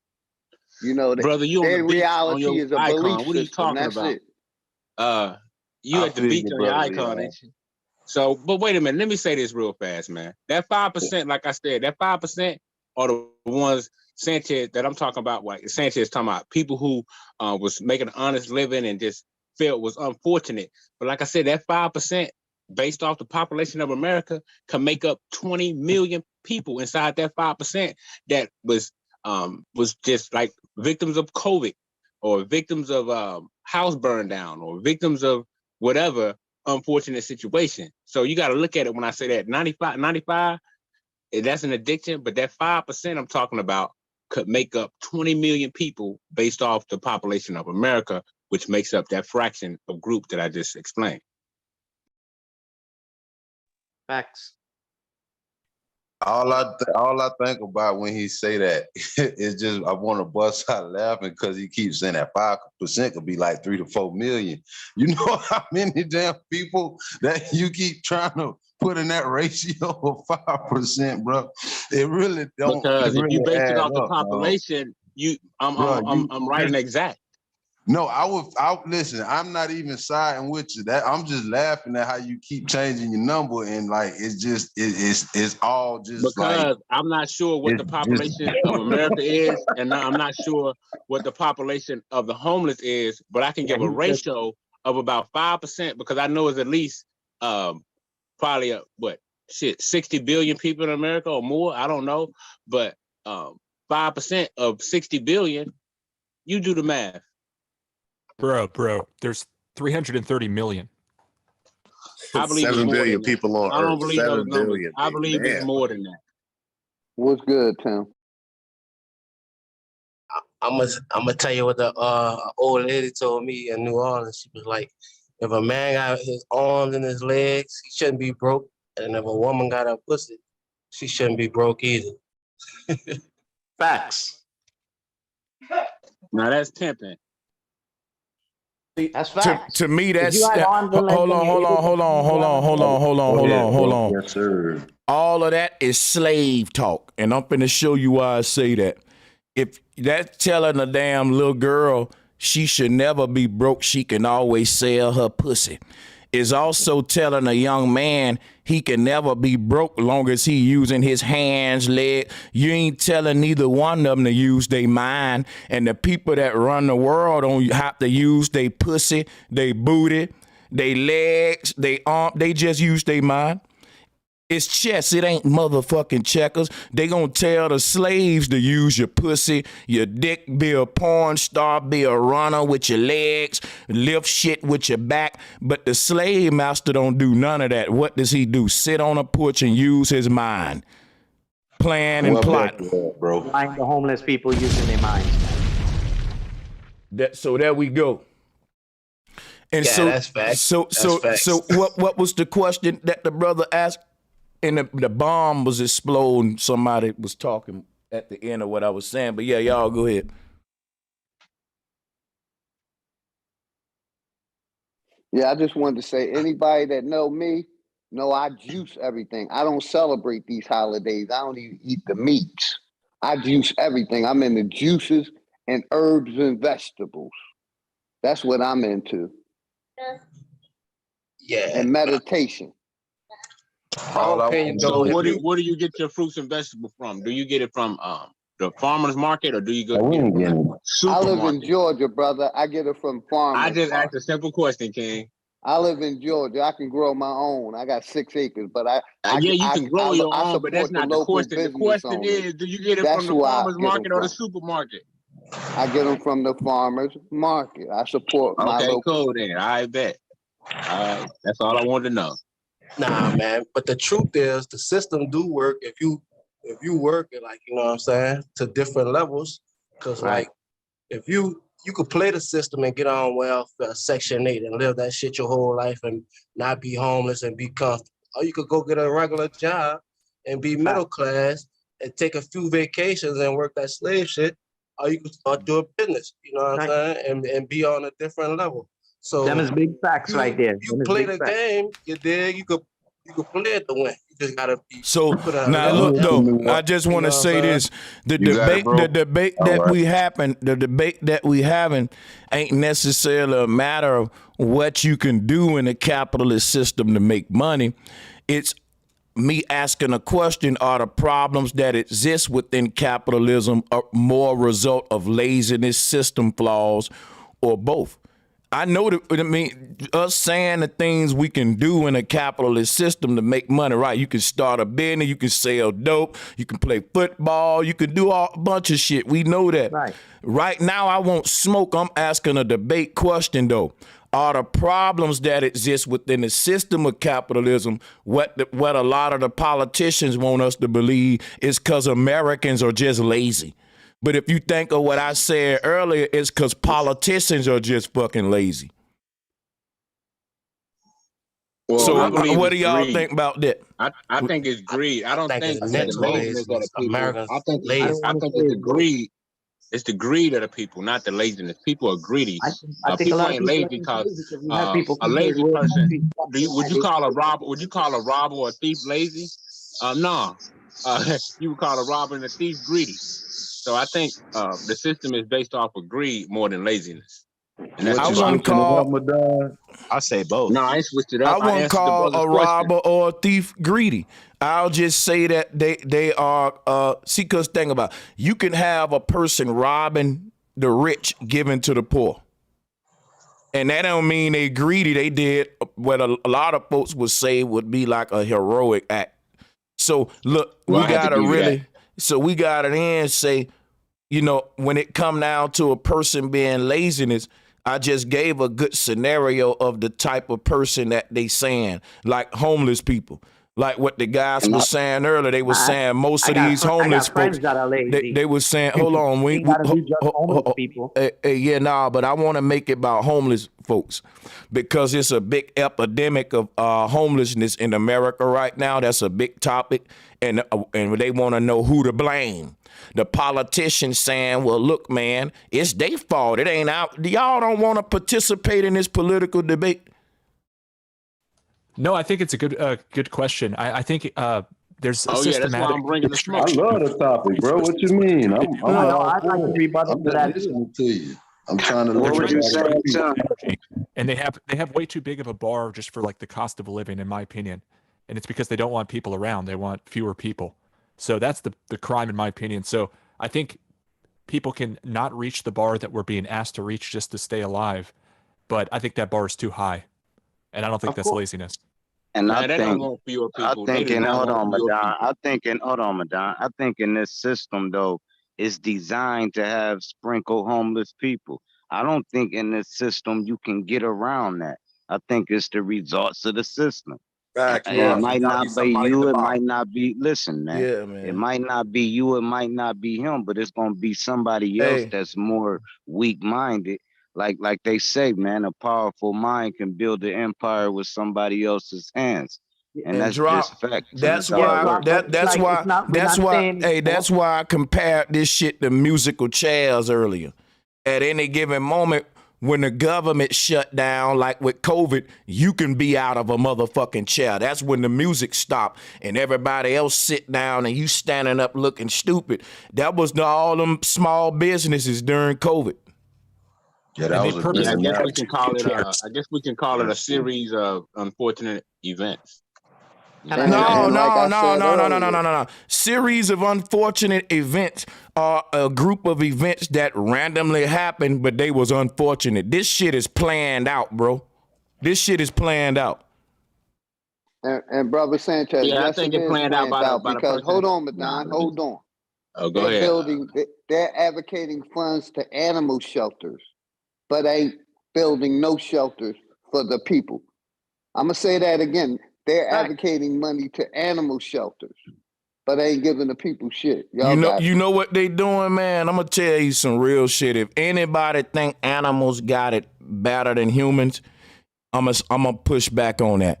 You know, every animal on this earth got a culture that's eating and frying their ass up every day. And guess what, y'all? They building more at these shelters. Guess what's happening? They killing more of these animals than they housing.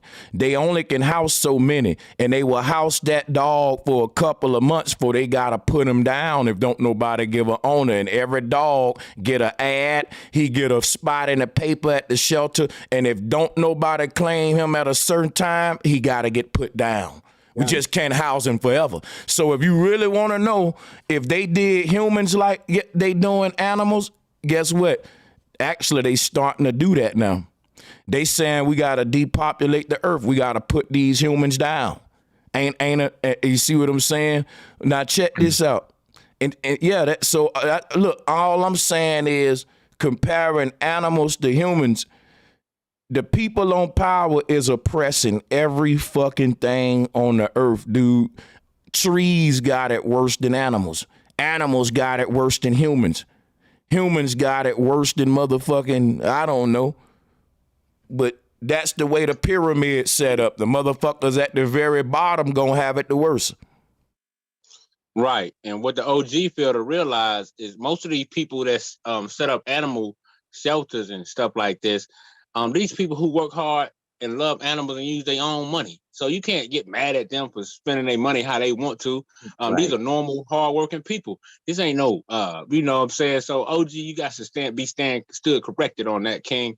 And you know, don't try to tell I don't me, have man. to be still You know what I'm corrected, saying? brother, Yeah, you because do. I look at everyday reality. They're building Okay, zoos. show me. Okay, if I guarantee and you, you go shelters to for the owner animals. of They that got hold on, listen, Madon, wait. They If building they wasn't getting paid. listen. They building zoos for niggas too. They just call them projects and hoods. Facts. Facts. Okay. That's a fact. But what I'm saying, OG, a lot of these animal shelters are set up by people who use their own money to set them up. They went to veterinarian school, some of them did, or some of them just got a love for animals. They're They use their advocating own it through the money, man. You government, can't get brother. mad at these people Our for putting their funds. money into what they love. That's what I'm saying. You got I'd like regular, to jump normal white people who use their money. Even black people set up animal shelters, but you got normal white people who work hard and use their own money to set it up, man. This ain't no government conspiracy to set up animal shelters like you trying to paint, man. Get out of here. That's pseudo. You're missing his point, though. His Yeah, point is I'm that bringing the goddamn shelter smoke for humans. I think that's the essence of the point.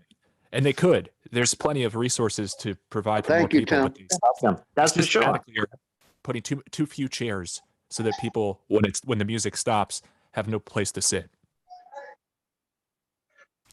Salute. Can I jump in? Yeah. What's good, Smoke? What's going on with you, big dog? What up, Smoke? What's going on, bro, Sanchez? All good, family. All good. The flow is open, guys. What seems to be apparent here is that the core of the issue concerning this debate is being, for the most part, overlooked. When addressed, it appears that no one really wants to deal with this core issue.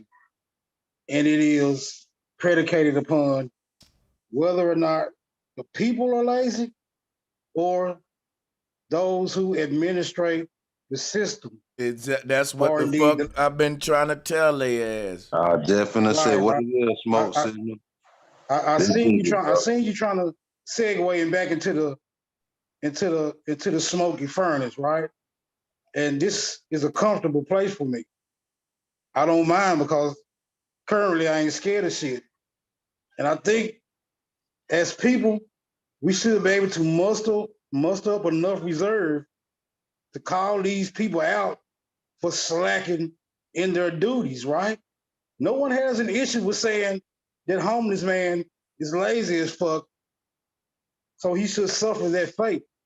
But when we see that there exists faults in a system that has adequate enough resources to address the faults, then we're either going to have to admit that there is a lack of duty being performed, or we just some coward motherfuckers who scared to put these people in their place.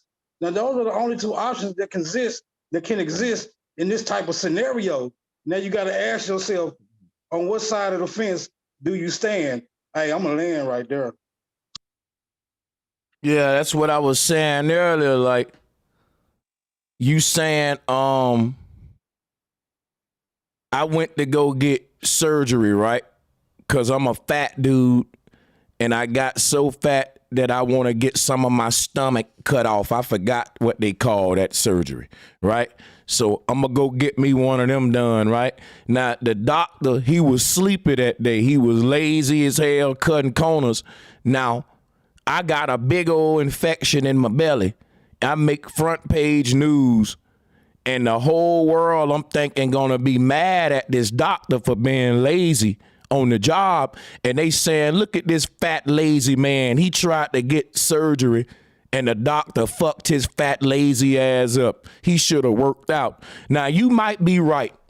Maybe that fat man should have worked out, but that doctor shouldn't have boasted that he was so professional and 5-star and I can trust my life with him and all that, and he's sleepy while he cutting on me. See, his laziness is more of a threat to humanity than the fat dude not working out, because the fat dude's laziness is just affecting his fat ass. But what when your grandma have to go to the doctor? Your son, your daughter got to have surgery and he's sleeping now with them. See, not addressing the doctor's laziness is a detriment to the community. Fuck the fat man. I don't know. I don't think you could use that as an example. I just did. Let's see what the chat say. Drop a one if that resonated with you in the chat. See, just if your response is to tell a grown ass man what he can and can't do, you're a little child, man. You need to come with some motherfucking intelligence. Don't tell me what I can and can't do. Hey, that's because I just did, and I did it fucking well. The example the guy gave us when we was talking about that shit going in Illinois, when he was talking about the lady who stole Pampers. That was a good she was in jail, right? She was in jail, right? And it's not fair. She couldn't afford the bail, right? For the same thing, somebody who raped somebody can afford bail, so they gonna just do away with bail. That's lazy. You feel me? If you would address the situation properly, you feel me? But now you just gonna pull the plug, be like, okay, we'll take the bail all the way. That's an example of them niggas being lazy. They don't give a fuck. laziness is cutting corners. Exactly what Bro Sanchez is just speaking on. Like some of the most simplest jobs for somebody to have outside of being homeless and just getting by paycheck to paycheck is like warehousing jobs, forklift trucks, standing on your feet, packing boxes, all that stuff. But a lot of people just want to get by, so they'll cut corners just to get them 40 hours a week, but they'll be robbing the company. And when a company see that, that's when that person becomes devalued. They ain't trying to make more requirements or get the requirements for themselves. They ain't trying to be in the eyes of value in the corporation or company, whatever they're working on. Like laziness. They never gonna get you what you really worth, though. They ain't never gonna pay you what you really worth. You feel me? That's what I'm talking about in the We're chat. talking about surviving, though. You That's got what I'm people talking that about in come the from chat. third world countries that will be happy to work for that kind of money. It's Yo, all about. hold up. Hey, let me ask the brother that just spoke. So you saying that the guys that's working these kind of jobs, you saying that they're not doing enough and they're being lazy by having this job? What would you just say? No, I'm bro? saying that I they ain't- should. no, I'm no, saying no, that no, I'm they not should saying like still be that. I'm saying they're grateful just compared to working these. nothing. They should be grateful to have a job. You understand what I'm Yeah, like saying? what was he just saying? Sanchez, did you hear that shit, bro? Or did Man. anybody hear that? That was kind of crazy, dog. Nah, it wasn't crazy. It wasn't crazy. It wasn't crazy. You ain't even let me speak. You asked me a question and then you kicked me off the mic. You ain't even let me speak. When a person works a decent or just a basic low income job, just say warehousing, just getting by paycheck to paycheck. Most people don't have the requirements to go above that. They don't have the knowledge to go above that. Most of all of these jobs, corporation, company, whatever, they're looking to move you up and you have to have certain requirements. Skill set, job knowledge, No, everything. bro. No, listen, man. They move the people up who they want to move up, man. No, that's not true. That's not true. That is absolutely facts. Bro, what are And you on top of talking that, about? they You act like you haven't been in a everywhere. corporate setting, bro. Anyway. Like what? Are you Bro, that's serious? crazy, man. Yeah, Bro, I'm I dead work ass for one. serious, and you need to connect Bro. with reality, bro. I work for one of the biggest banks in the world, Repeat fam. yourself. And No, don't move on from that. Repeat. I need to connect with reality on what? On what you're saying about, guys having these kinds of jobs and, whatever day to day or whatever, or paycheck to paycheck. Like but like day laborers, yeah, you mean? What was that? Like you mean like a day laborer? Like somebody Yeah, would just physical jobs. Yeah, physical jobs, physically demanding jobs. Like that's crazy that you saying that this because they have this kind You of skill. missed There's my still a point. skill Most though. people Like can't even get those jobs because they don't have the requirements or the job skill knowledge to even get those jobs. That's laziness. Well, I mean, Period. if that's what you were saying, you didn't elaborate clearly because what I You said, cut what I me heard off was before you I can even saying that, elaborate on it. You heard what I said and ran with it. nah, you said enough to where I had to cut in and make sure you It's all clarify good. Let's that, bro. move on, But guys. yeah, Yeah, I got smoke on anybody saying that the government lazy. I got smoke for that. That's what I'm saying. And not only am I saying that, this is what I'm saying, right? Not only is the government lazy, let's rewind time to slavery. On the plantation, the slave master was the laziest motherfucker. Now, what we doing today would be the equivalent of telling the slaves they lazy. You see a bunch of slaves laying around, and you like, oh, so they ain't got nothing to do. Master didn't give them nothing to do. This would be like in America. It just ain't enough for all these children. Ain't enough youth programs. Ain't enough to keep them busy. And the government gonna give them music, dumbass, self-destructive rappers, and a bunch of guns and drugs to replace mentorship programs, depression programs, self-esteem. These young kids take more antidepressants than we ever did in our generations, and the government acting like, you see what I'm saying? And the government acting like this shit don't even exist. They ain't really addressing the problems that create the homeless man.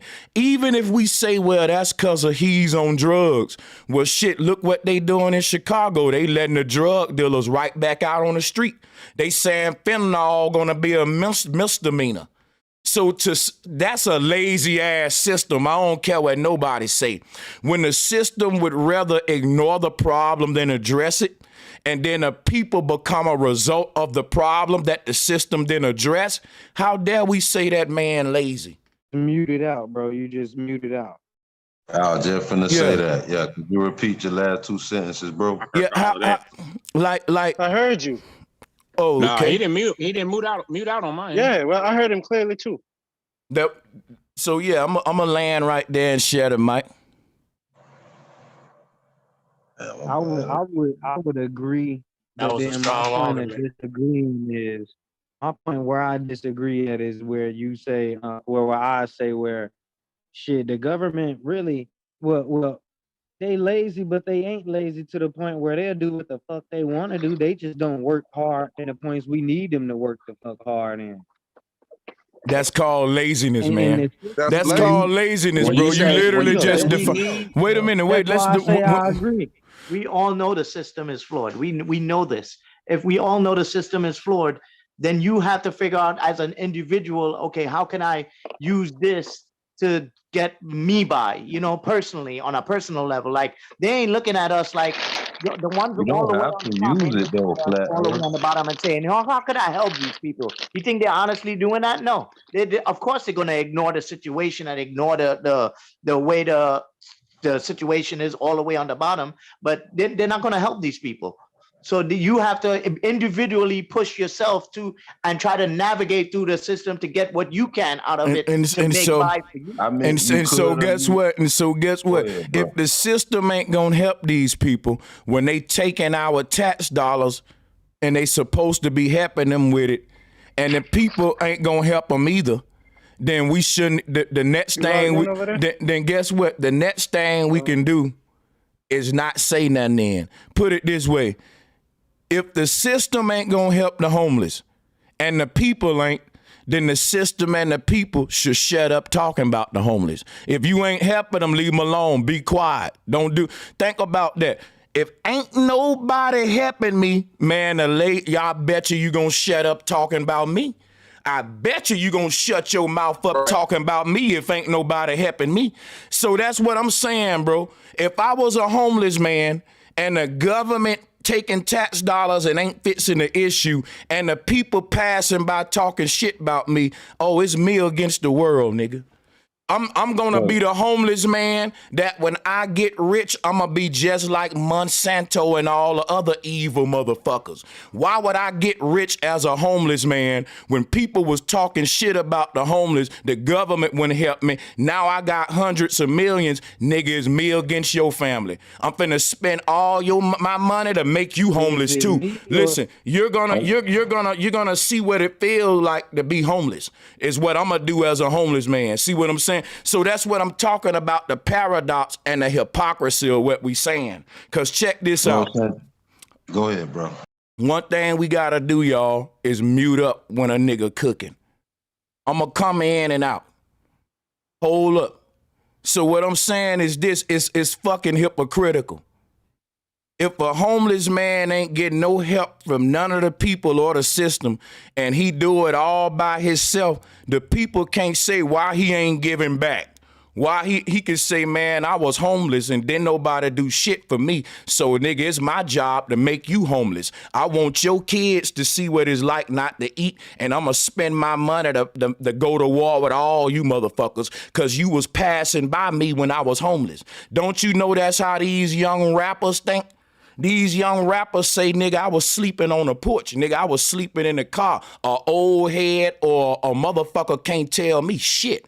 I'm 23 years old and got millions now. You was passing by me when I was sleeping on the sidewalk. Nigga, I had these young, and guess what you have to do? Shut the fuck up and let them be the monsters you made. If don't nobody want to deal with the problem when it bites you in the ass, everybody want to talk about the problem but don't want to deal with it. That's my point, but go ahead. Well, I beg to differ. I don't think the system is lazy because I was at a point. Hold on, let me just hear me out. No, I was at a time. Actually, Madon, out of respect, man, I ain't on cap. Diggy was next. Then is you. When you come in saying you don't think the system is lazy, we do want to hear your dumb ass reason for saying that, but let Diggy go out of respect. Go ahead. Listen, all I'm saying, bro, and I'm gonna put it like this, dealing from my situation, you feel me? I could truly relate to this. You feel me? And I understand how effed up the and corrupt the system can really be. See, these states got different laws. You get what I'm saying? You can be dealing with a situation that may not have nothing to do with your professionalism out here in this world. You could just be dealing with an effed up landlord, because if you already don't own that roof, that you got a key that you walk into, if you don't own nothing, they can easily get you out of their property. So when you're dealing with eviction, landlord and tenant, civil cases and things like that, sometimes you could be in a whole situation because the laws and the system done failed you. And when you a working man that make a good enough money, intelligent, able-bodied, all of this, guess what? You can find a whole paper full of opportunities and help and all of these numbers to call. And guess what? Half of them people only help them same people you was talking about, Madon, people with addictions, people who convicts fresh out of jail. They helping more people who done been through serious things out here than they are helping these educated working men, people who got things going on, people who have several businesses, may or may not have finished college, but went to trade school, got a certification, and doing their thing. Yes, sir, I'm falling back, but all I was saying that wasn't me, King. I don't know who that was. Hold up. Oh, I'm sorry. Respect. My bad if it wasn't you, but somebody, dealing with that. But all I'm saying is, when it comes to certain levels of the whole, you feel me, corruption and the unbalancedness of how things weigh out and play out, like bro just said, it depends on the story. It's a very intricate thing depending on people's situation. Because when I first brought it up, I left it as a general statement. But once again, like an onion, it's so many levels to it. It can get as deep as you want, or it could just be as shallow as you want. Now, once again, hey, respect to everybody, one love. So check this out, right? It's facts that the system is way more lazier than the people could ever be, because the people that created the system created it so they didn't have to work. Why would you think that the slave master would build a slave plantation system? Because he don't want to pick his own cotton. He don't want to dig his own fruit up. The slave master didn't even want to raise his own children. He let the slaves do that too. How dare y'all call slaves lazy? How dare you call slaves lazy?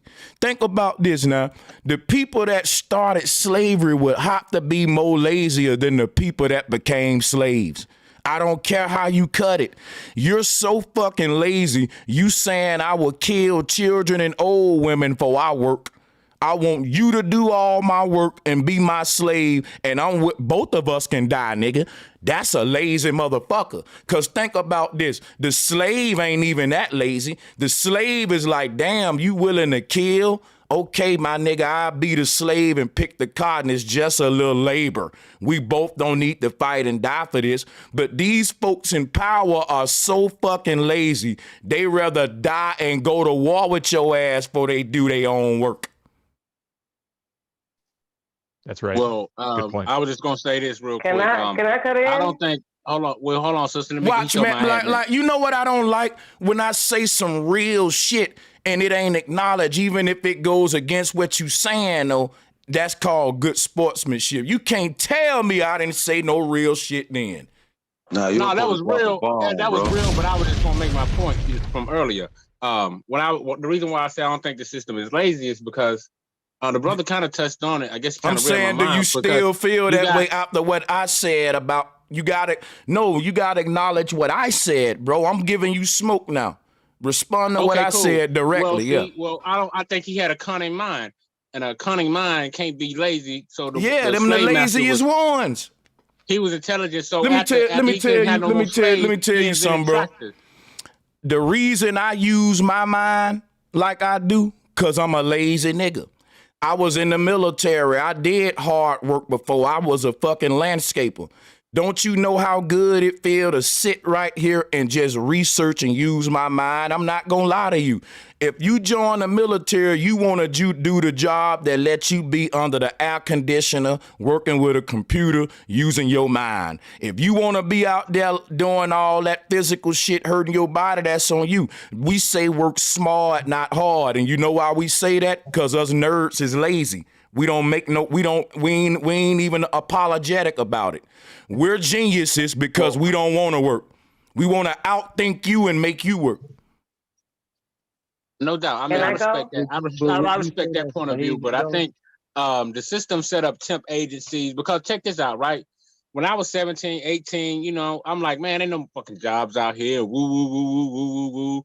And this. And then I had my sister's boyfriend tap me on the shoulder, was like, hey, man, here's a temp agency. Check these temp agencies out. Which it wasn't I was Temp lazy. I agency. just had a lack of knowledge. I had a lack of knowledge about temp agencies and finding a job. So I think a lot of these somebody was speaking about the young niggas, this, but a lot of them young niggas, they don't want to work. If they want to, they can find a way to get the bag or get that sack.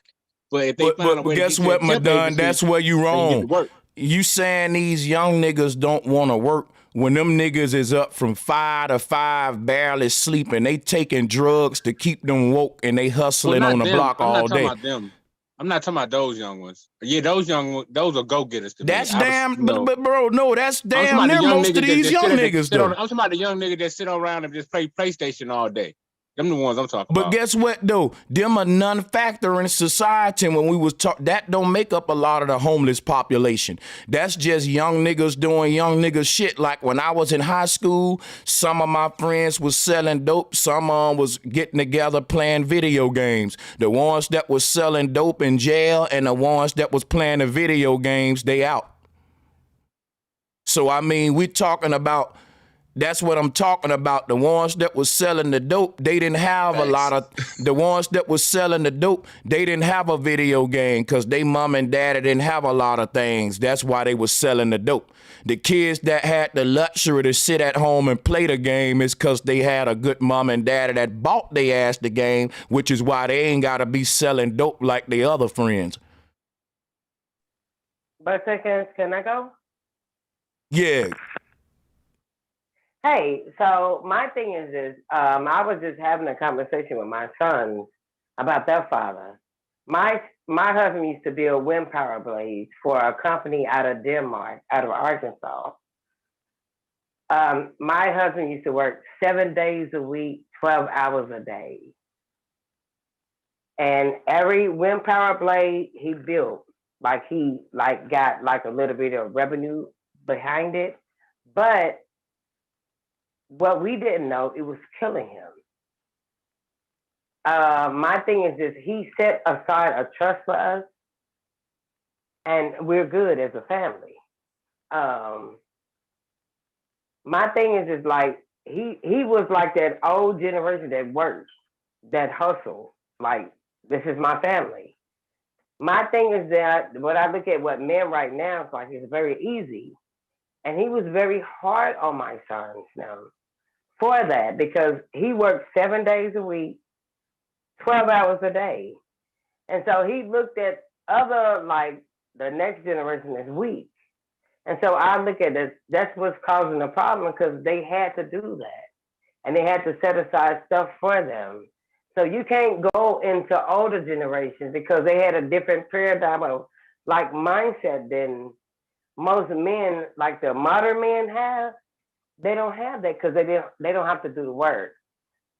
And my thing is that, like, you have to give them a little bit of respect because they did set aside for the women and their families. Because I'm living off that. And when I hear a man say, we ain't got to do nothing, that's a lie. That's a lie because I mean, like,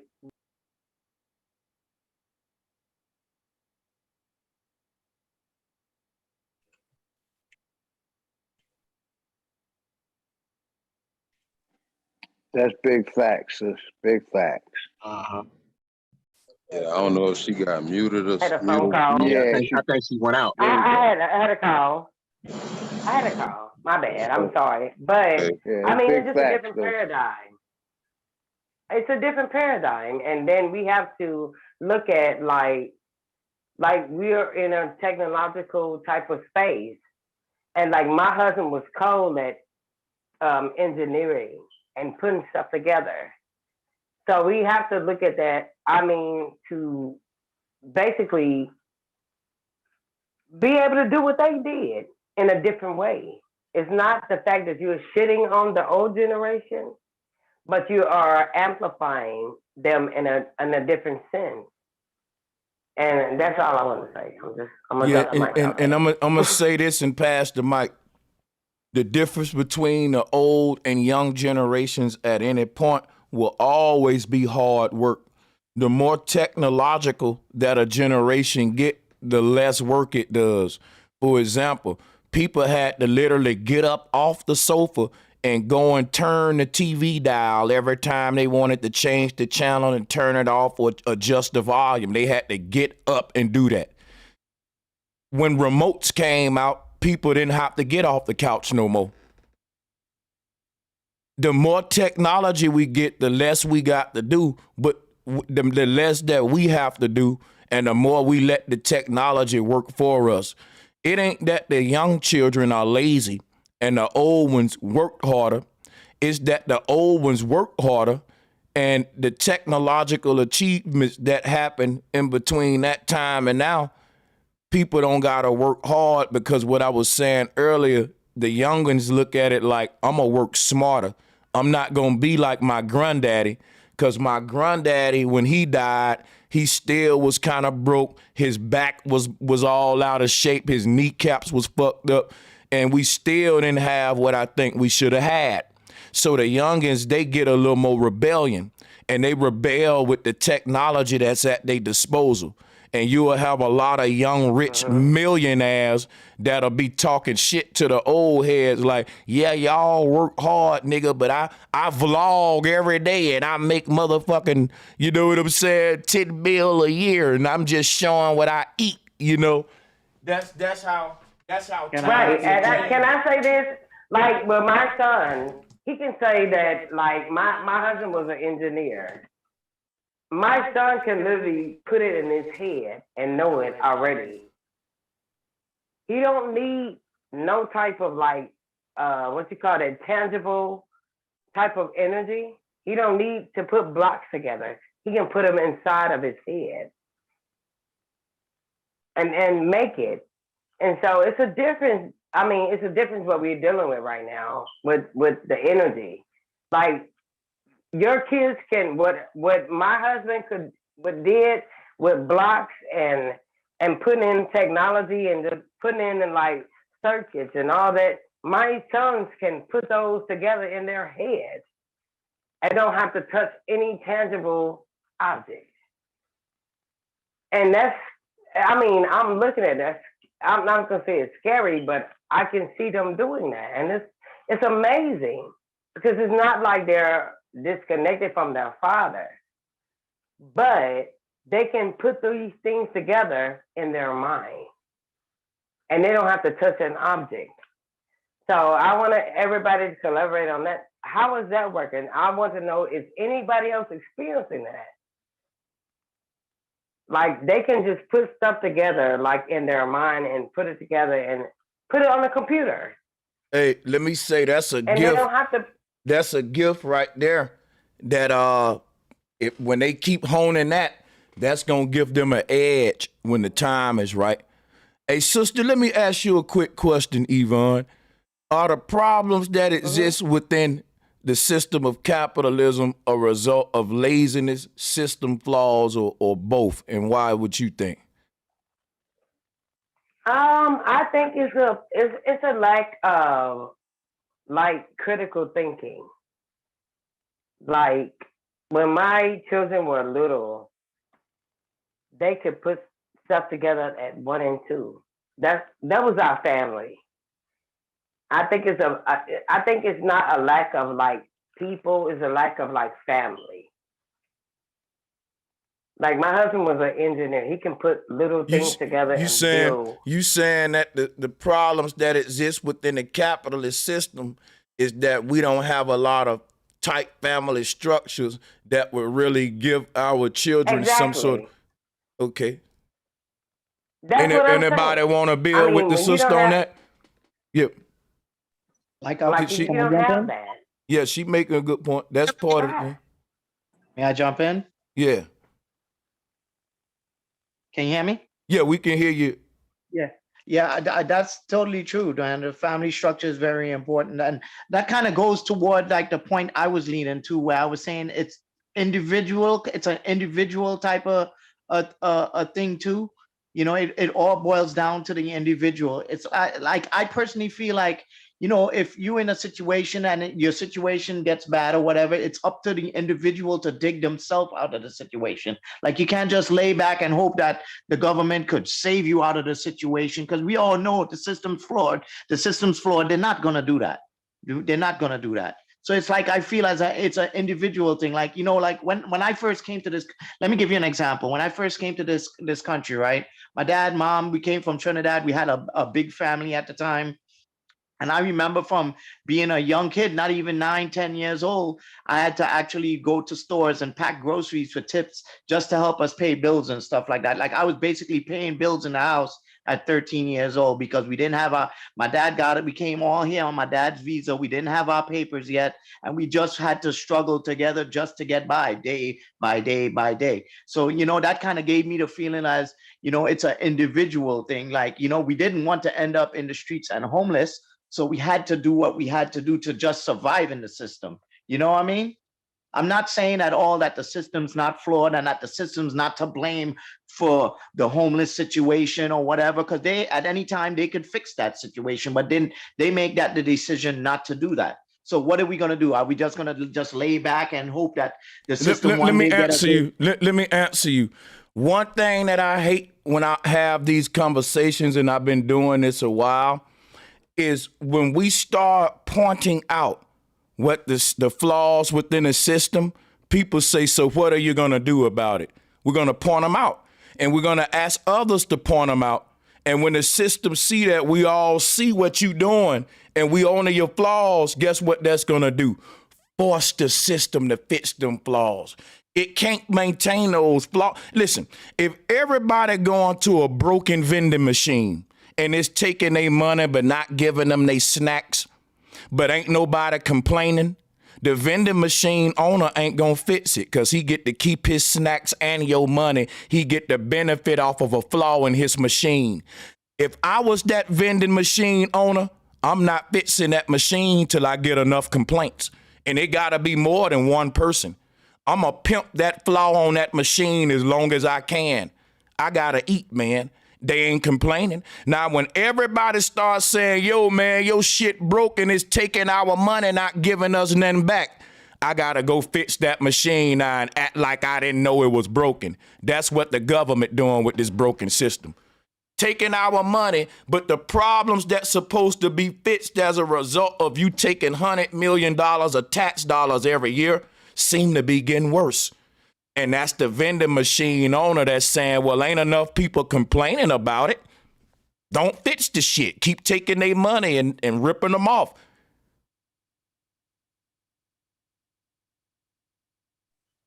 Can I go ahead and say something about like what my husband was doing when he went into this company when we got married? This sister here going to give us her whole bio. Salute, Steve Vaughn. Yes, I am. You got it, though. I'm so sorry. No, you fine. Because it's really shitty. Okay, so my husband used to make like $3,400 a week, right? He built wind power blades. And he used to make this much money a week. So he signed the trust, and I could get like 20% just in case something happened to him because of the what you call that, the dia, like it was a very like what you call that, a dramatic place for people to work in, a toxic place for people to work in. It was a hazard. And yeah. So he used to make a lot of money. He did. And we lived well about 15 years. And he passed away. And I have my children here. They're big now. But the thing about it now that I went to work and I have a job on my own, because like the money that I get from his trust that he put into this company to make sure that we was going to be okay in the future is not sustaining me. I have to go to work. So I go to work. And so now they want to cut off a part of that. because I'm making more money than what it was proposed in 2016 when he passed away. Like I can't make over like $34,000. I don't care about what people like. I can't make over like $30-some thousand a year because I already get like $30-some thousand a year. So now I'm making over that. And out of the trust that he signed when he went to work there, like if I make more money now, they have made another rule. I can't make a certain amount of money, or it's going to take away from my trust that he put in for us 7 or 8 years ago. Hey, bro, Sanchez, can I say something real quick, dog? Yeah, you got it. Hey, how y'all doing, man? Salute to everybody in this thing, man. Hey, Sanchez, man, I love what you're doing, bro. I always try to tap in as much as I can. I don't want to say I got smoke, but I think I kind of do because it's going to bring up, you know what I'm saying? It's going to kind of lightweight, not challenge what you're saying, but it may spark some interest. Because look, okay, we can say the government is lazy, right? And the system is lazy because they set these jobs up, right? Because of what? You was a little muffled. Okay, can you hear me now, bro? Is it better? Yeah, stay like that. Yeah, you got it. Okay, cool. Okay, it's clear. I was working off the Bluetooth. I might have to turn that mug up. Yeah. Clear it over now. Yeah, we can hear you like that. Go ahead. Okay, cool. All right, so what I was about to say was, all right. So yeah, okay, we got the slave master. You know, he designed it where the slaves got to pick the cotton. He don't want to do it. Got the lady in the kitchen cooking food. Some of them was even breastfeeding some of the children and stuff like that. That black milk situation. But on the outside looking in, it's kind of like where you play devil's advocate. Everything is working. Everything is working. It's just like when you go to work, like you're working a regular job for the supervisor. He ain't gonna be the one flipping the burgers. You are. He's telling you to do it, but at the same time, you working though. You might not be doing what you're doing, the physical work, but you're doing some type of work. So as far as the government working their plan. They working too. So is it safe to really say that they lazy? Because actually they working their plan. Everything that they doing is working, even though they're not physically working. Yeah, I would say the slave master, the debate is which one is the most laziest. It's gonna be the slave master. He gotta work, but his job is to yell and say, "Hey, come on." And basically whip his whip, to crack his whip to make you work harder. So so hold on, brother. I can't talk over you. What I'm telling you is the slave master will always be more lazier than the slave. It's just no way around that. It's the debate is set up where I'm a win no matter what. So I just want to be fair and not even do y'all like that, because the slave master can never outwork the slave. You know what I'm saying? That's just crazy. But that's why I'm gonna use the analogy. But yeah, I'm a land right there, man. And y'all can deal with it. Which one is more lazy? Those that represent the system or the people? The people. You already know who lazy is, dog. Anybody who rather, I ain't saying anything wrong with being able to point your fingers, because I put it like they don't. My mindset when it comes to lazy, especially when it look like somebody lazy, is like you spoke, like you entertained earlier, bro Sanchez, with like nerves. It's understanding that my intellectual property can get me a lot further than my physical property with certain things. If you look at it from that aspect, hey, if I'm a mastermind and my physical hard work along with the master, the mental plan that I came up, my intellectual property, both complement each other. I'm a one-man band. I'm able to do something, get me something going, you know what I'm saying? Whether it's a $1 trillion company like an Apple, I'm in my Elon Musk mode, or I'm on some other deal, you know what I'm saying? If I'm, despite what it is, if I get fruits from the work from my label, if it all benefits, guess what? I'm good.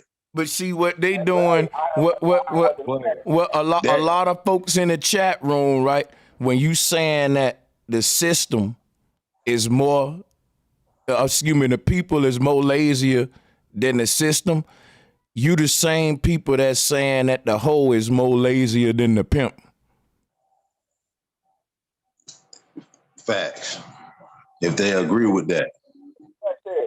That's what I was trying to say though. Cause that Can I get in here for a moment? agree with that. Yeah, you're right.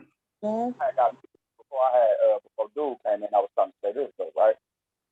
Everything you said is fact because of course the slave masters, from slaves to the hoes, they're the ones that's out there putting in the work, right?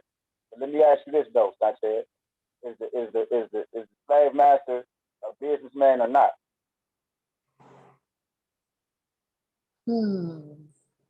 Ask yourself that question. Is he a businessman or not?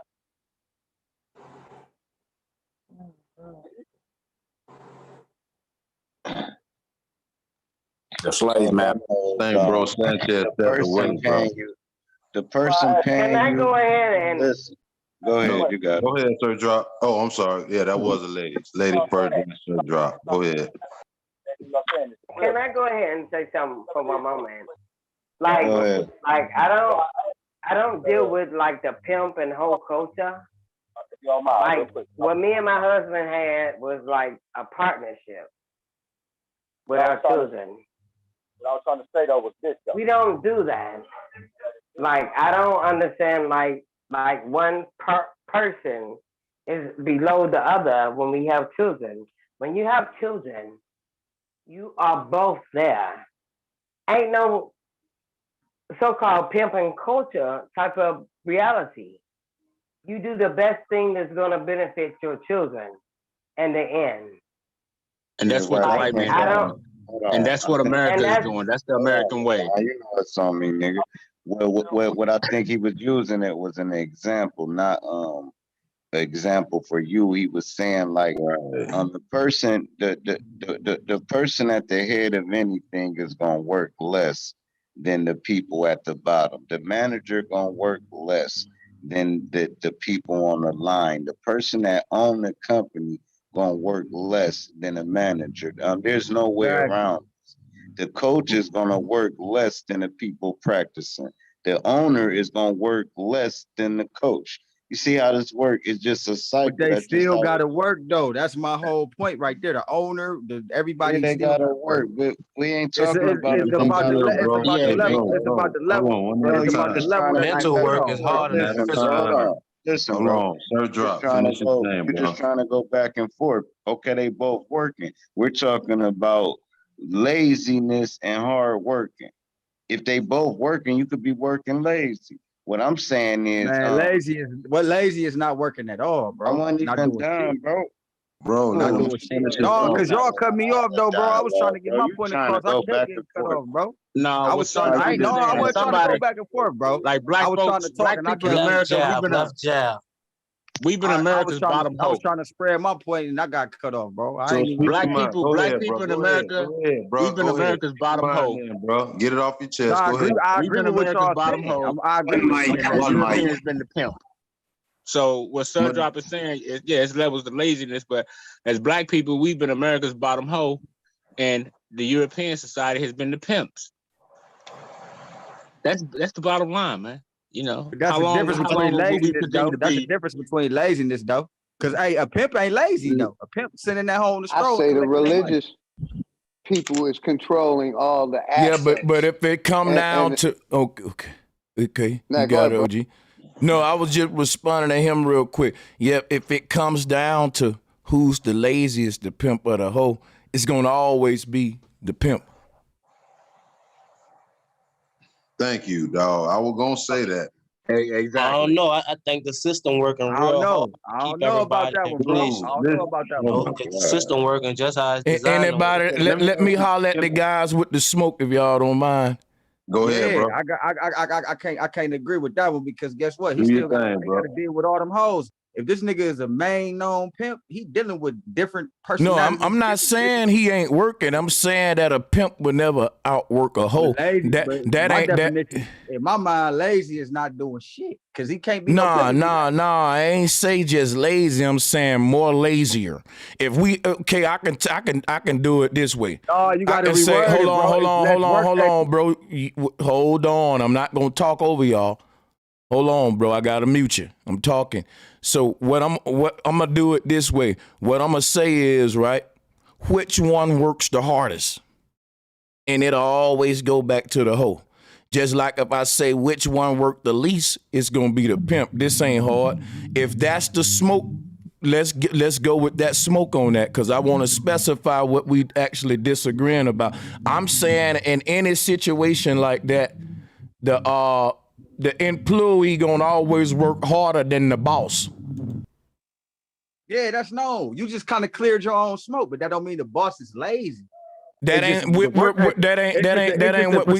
I just said that though. That's what I'm telling. And that's my argument. I didn't say one was lazy. That's what I said. I said I'm not just calling. I said I'm not just calling them lazy. We want to have a contest. Who worked the hardest, the boss or the employee? If I was there judging, I would say, I said, yeah, I did say lazy, but you told me to reword it, so I reworded it for you. And now you complaining about that though. Yeah, no, ain't no complaint, Sanchez. Because let's say with you, right? You produce, you're a producer, you make some raw ass beats. But let's say you want to get a team, right? As to where you ain't got to really be doing the beats. Guess what? Then they doing most of the work. And guess what? Watch this. If I'm a real true OG boss, guess what I tell them? Man, this shit won't be possible without y'all. You fellas are doing good. Y'all putting in the most of the work. Guess what I tell them niggas? I say y'all making it possible for me to be on vacation with my family and shit. Y'all in this bitch every day cooking up the beats. That's why I'm paying you niggas this good. That's why that just mean that you got to do less work. No, I'm letting them niggas know. Hey man, when I was a young producer, I put in that work. I want to be lazy now. I want to go to Jamaica with my family. Guess what they gonna say? OG, you paying for the studio time. You paying for the equipment. You putting us on. Nigga, go be lazy. Go kick your feet up. We got this shit. Ain't nobody making no wank. We're not apologizing for it. You know what I'm saying? So hold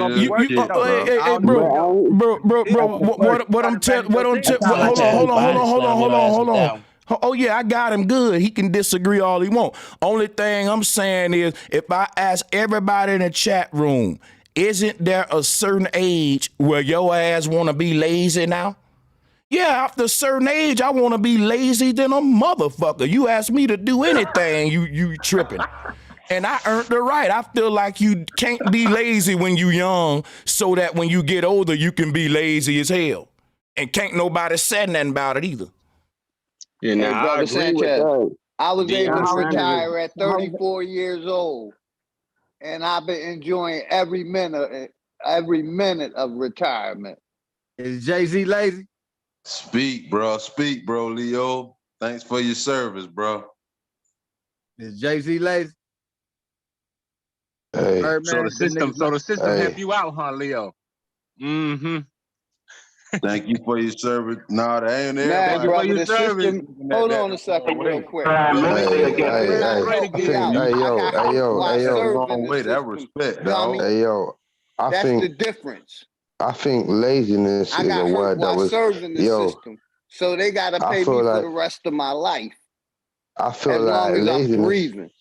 I feel like laziness, is just a word created to keep people slaves. Because if we if we down people, if we down our own people calling them lazy, then we get them to work for the system, because who else are they going to work for? There isn't anybody else to work for. So laziness is just a way to just keep people trapped in a slavery system. That's all it is. There's no such thing as fucking laziness, because we ain't meant to be doing shit for these people. You get what I'm trying to say? Yeah, laziness. I was gonna say, we might need to do like Bro Sanchez used to do, pull up that etymology, you know what I'm saying? The etymology of the word lazy. So the definition is right there for some Well, look, folk. I'm Cause they saying hung up on that this is shit, how we dog. got. This is how we got on the word lazy. I didn't bring that word up. Politicians brought it up. Hold up. Let me clarify this for the people real quick, y'all. This is how the word lazy get into this shit. When you ask any of these politicians where the homeless populations are growing at, who's to blame for it, they're not gonna blame themselves. They're gonna point at the problem and blame the problem and maintain the fact that they're the solution. This how this Hegelian dialectic work. And when you blame a homeless man for being homeless and somebody say, can you give me the reasons why? The only word you will get is they lazy or they're a crackhead, they're a drug addict. All of us have heard that about homeless people since a little boy. We've heard, yeah, all of them, son, don't do drugs or don't be stupid. And all of them folks out there, that's a stereotype that works in the government favor. Because guess what? Think about what I'm about to tell y'all. This is some real shit. I worked at a homeless shelter. At least 40% of the people in that shelter were good ass men that had just fell off for a legitimate reason in life. It was some very legitimate. You'll hear stories like, look here, man, I lost my son and my daughter back to back in the same month. They both died. And man, I fell into a depression slump, man. It was hard for me to get back on my feet. I lost everything, you know, and you'll hear stuff like that. And I can relate to a nigga. I can, that's some psychological shit. Now watch this. He'll say, so I'm at this shelter, man, and I'm gonna bounce back. I'm trying to get myself back right. You know what I'm saying? And that dude will be out of there and he'll pick himself back up, but he still will be part of that statistics, a number when we say, man, these folks lazy. Man, let me tell you, when you at a homeless shelter, you got to get your ass up at 6 o'clock in the morning, 5 o'clock in the morning. And your ass got a lot of shit on a checklist that you got to have checked off every day. And you see niggas getting on their feet. It was niggas came through that homeless shelter that became culinary chefs making more money than me, nigga, with the programs and shit they was taking advantage of. And it's just folks that fell off and stuff like that. Now, that's a good percentage of them, legitimate niggas. Now, you got another percentage, right? Watch this. Here's the part that's going to fuck you up. Another, I would say, 25% of the homeless population, if not 35%, all of them got psychological illnesses. They should be in somebody's mental motherfucking facility, but they on the streets in the whole city driving by them, and we know that crazy man. He ain't in his right mind, and the police is gonna treat him like he's really in his right mind. The police ain't gonna say, well, it's a crazy man. They gonna say, sir, stop resisting, and beat the fuck out of that retarded man. Now, I'm telling you, I'm not some real shit. They gonna ignore, in this country, they ignore psychological shit, man. A lot of our mental illness people are just on the streets wandering lost. And guess what? The police is just getting called to a site every day in everybody's city to get rid of the crazy man. And that because ain't no mental facilities, ain't no proper adequate system infrastructure to support that.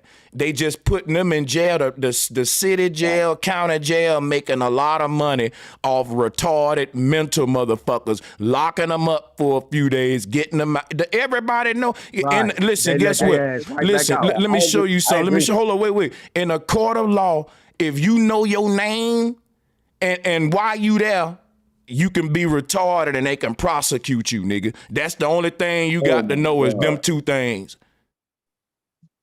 Hey, bro, Sanchez, and you know what? I've noticed something, and it's like, you see, when it comes to like being mentally challenged, like I've noticed that nobody seems to know any females that they grew up with that are autistic. We all know that there's loads of autistic people, and it's on the rise now. But nobody seems to know any autistic females. But do you know any autistic females? I don't Yes, know sir. any. I've never heard of anyone say, yo, that female there is autistic, and yeah, boom, boom, boom, boom, boom. But there's a lot of autistic females that are going unchecked, and that's what I feel like, because I see Well, yeah, there's a lot yeah. of Oh, females no, that I are don't acting think I agree crazy. with that. My niece is artistic. I know artistic females. Yeah, autism was like a new diagnosis. I never really heard of it when I was young, but yeah, I now that I look at it now, it was a lot of Exactly. autistic. But you chicks, know for what? sure. Autism is a spectrum, because I've got a half brother and he's autistic, and he told me he was autistic when he was 20 years old. And I didn't believe him, because as far as I was concerned, when we grew up, he was normal as far as I was concerned. But to him, he didn't start speaking until he was about 4 years old. Like, everybody thought he was deaf and things like that. There was things going on that I had no knowledge of. You get what I'm trying to say? But at the same time, there were things. But one thing that I've noticed is that females don't really get diagnosed as much as males do. And you know what, bro? That's real And they talk. got a lot of more males That's real right there. females. Sanchez, I got a quick question for A you. lot of people didn't know. A lot of people didn't know that they were bipolar. A lot of people didn't know that they were schizophrenic. Let's not saturate what Brother Sanchez just profoundly spoke on with other conversations, if you will. I hear what you're saying. Nah, ain't nobody saturate nothing, bro. That's No, it all falls in line. I was piggybacking off of what he said. It all falls in line. Bro. I just didn't want to get caught up on that part. You Nah, know, that's all what a I'm part saying? of it, though, bro. It all I want to build on that topic that Sanchez was saying about Yeah, like respect. I just didn't want to get caught up on the disorders and things like that too much. Let me bring it back. The Bible say Proverbs 10:4, lazy hands make for poverty, but diligent hands bring wealth. Wealth is a man-made construct. Wealth is an Can we speak idea. about the corporations on those certain people as of mentally challenged, mentally disabled, autistic people? They still giving grants and being taken care of by the government. They getting checks cut to them every week and month. That's a fact. But then you got the people that don't know that. Wait. I just want to make it be clear that, man, that's true to a certain extent. What you mean, bro? You talking about autistic folks and mental patients and all that getting checks and stuff? Okay. I hear what you're talking about. Elaborate on that, please. That's why I was saying I didn't want the topic to get too caught up in that, because We talk about the corporations being lazy. Now, how far do they go with being lazy with people like that? Because I mean, they clearly care for those. Yeah, that's what I'm trying to tell y'all. So look, let me get into that, man. Let me get into that. Here's how the scam works, right? This is the ultimate scam. And there's several documentaries on this. Not only do they do what I'm about to tell you to autistic and mentally ill people in America, they do this to old folks and children that's been abandoned too. Now watch what they do. A lot of these children, like in foster care, different services, them kids get checks too. But when they in government facilities, guess who that check go to? I'm gonna see if y'all know. The same people cutting it. That's what I'm telling you. So guess what? It's almost like they saying a mental ill person can't care for themselves. But we're going to get that mentally ill person a check, but they need a caregiver to handle the money, do all this. We know how the shit go. Now check this out. Here's the flip side of shit where I go to reaching and where I think I'm right though. I think the caregiver now is just the county jail and city jail, nigga. Ain't a lot of mental for most of these mental folks. They are locked the fuck up. The jail know they mental, and all that money that they getting on their check is going through the prison and on their books and in motherfucking food and all that shit.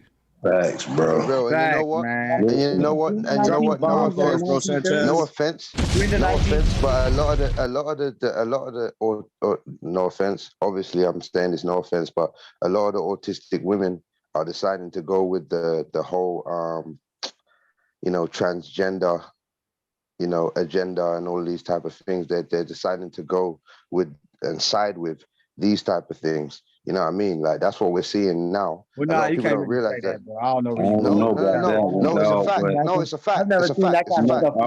well, Bro, it's okay, a I'm fact. gonna add It's a another fact. fact. I don't No, know. I don't all know I'm gonna about do y'all It's a is fact. I add don't know another. about y'all. I hear you, Glitzo. All I'm gonna do is add another fact because what bro Sanchez was saying made a whole lot of sense. I'm naturally from down South Florida, Dade, Broward County bred.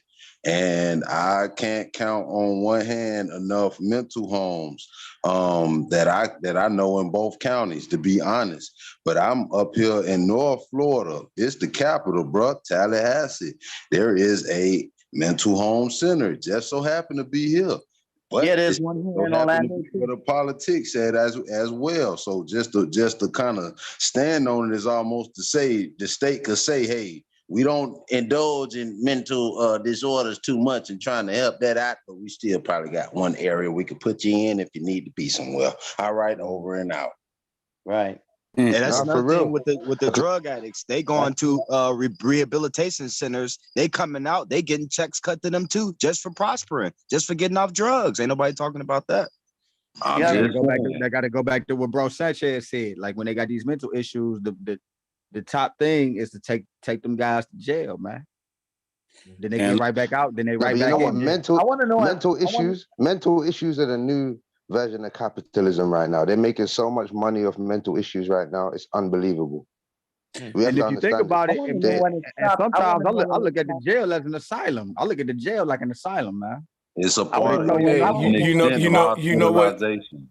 You know what's crazy about this shit? They're called a government, and their job is to govern our mind. Now, in a true utopia, the people that govern the minds of the masses will have everybody operate on a high level like them, an advanced level. But look at the people that they produce. Think about it. The government is not addressing mental health issues, but they the government. They the ones that's governing the mind.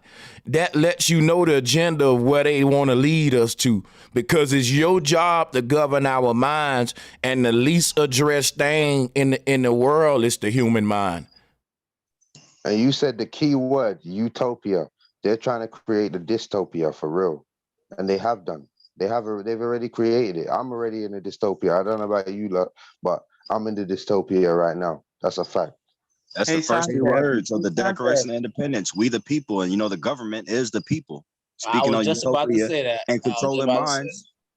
Facts. Hey, the hey, people Sanchez. pick the government, so that make the people lazy, right? Because you're not picking the right people. You're not actually No, showing up to There's no vote. such thing as no, laziness. I got a question. Laziness is just a way to keep slaves working.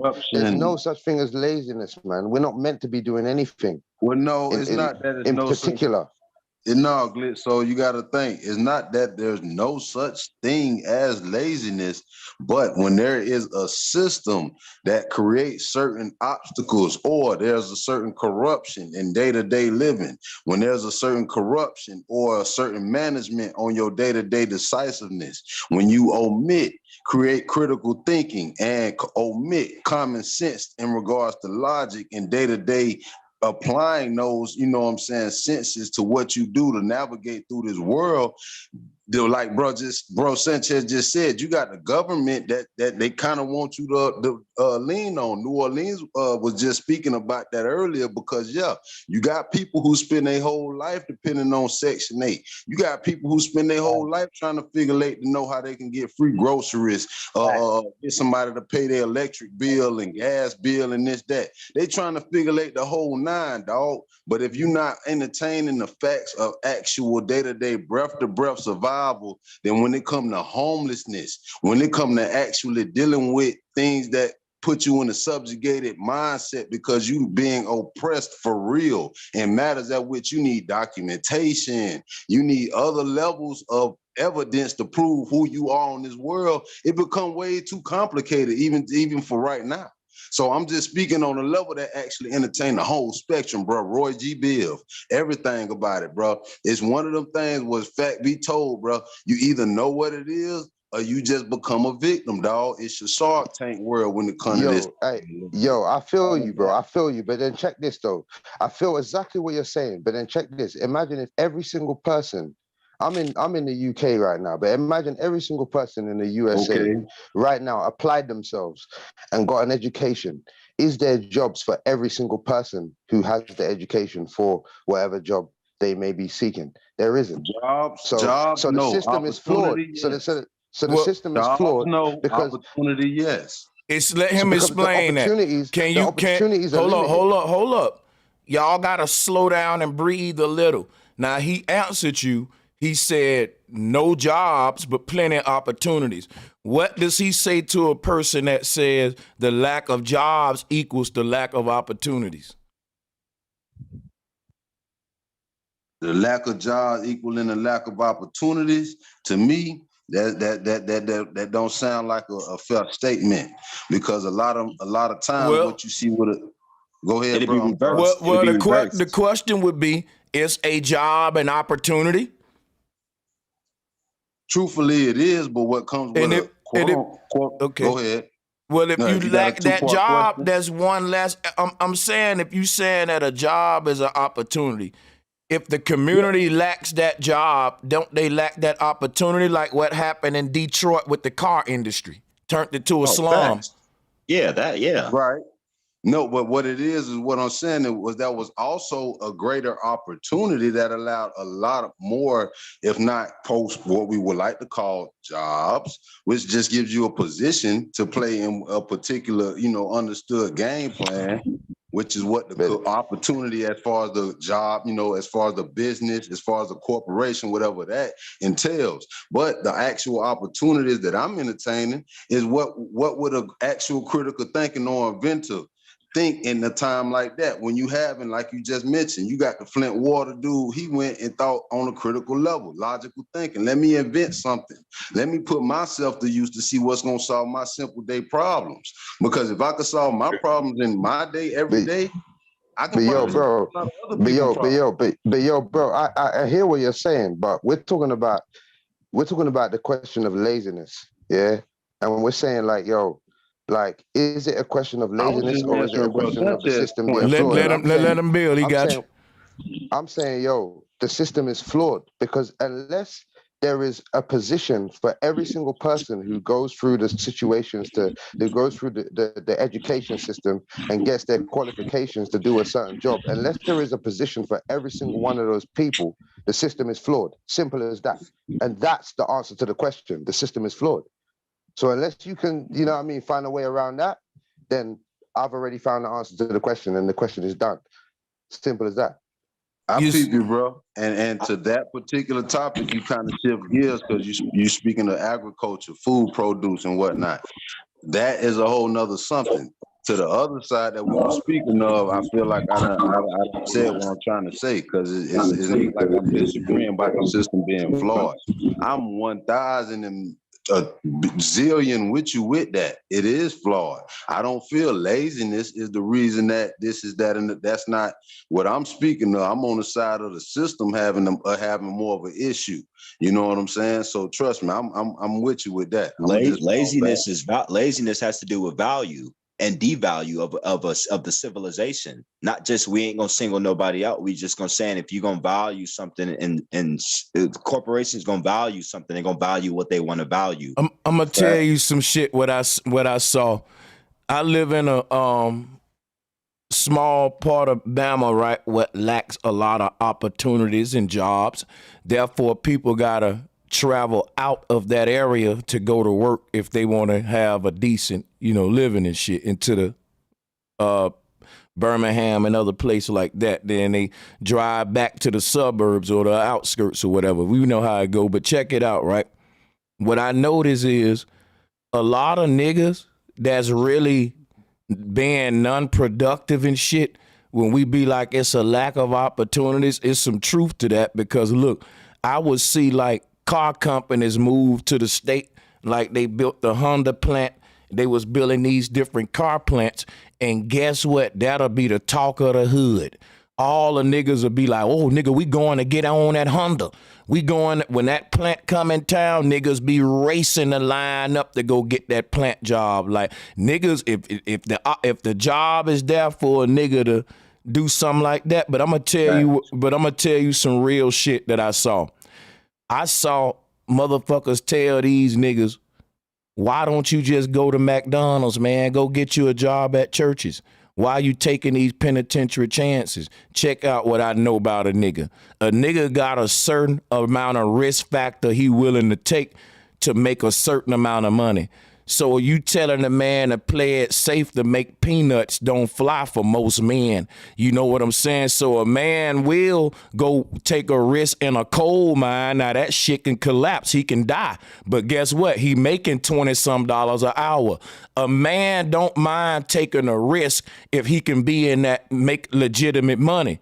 But a nigga, if that kind of opportunity ain't out there, a nigga would take the risk in the streets with hustling and all that to be in that tax bracket. Facts, bro, Sanchez. That's what I was speaking fact. about. Value and deep value. That's facts. Thank you very much. Drop a bomb, please. One time from me. Drop a bomb. Thank you. I was Because you know what? I was saying to one of my niggas just the other day. I was saying, I don't give a fuck. Like, when I stopped dealing with the streets and all of that, I was saying, yo, I don't give a fuck how low I get. I could have no money for 6 months. I would never apply for like McDonald's or fucking Burger King or KFC or some shit like that. I would never, ever, ever, ever, ever even consider that an option. Because of pride. The managers make though. Pride is a motherfucker. I know I would. That's a fact, but pride is a It beast. sounds bad till you hear what the store managers make and how you can, you know what I'm saying, work your way up in franchises like that. Y'all niggas tripping. So I see hypocrites job in Korea. Over my head, you damn right. American dream, dog. Nah, there ain't no American dream in being the fucking manager in fucking Burger King. Like real shit. Like they'll stick you in there and have you in there for life, and you'll be stuck in there. And it, like, yo, I've worked for Domino's Pizza before, and they tried to stick me in there. Yo, to an individual choice.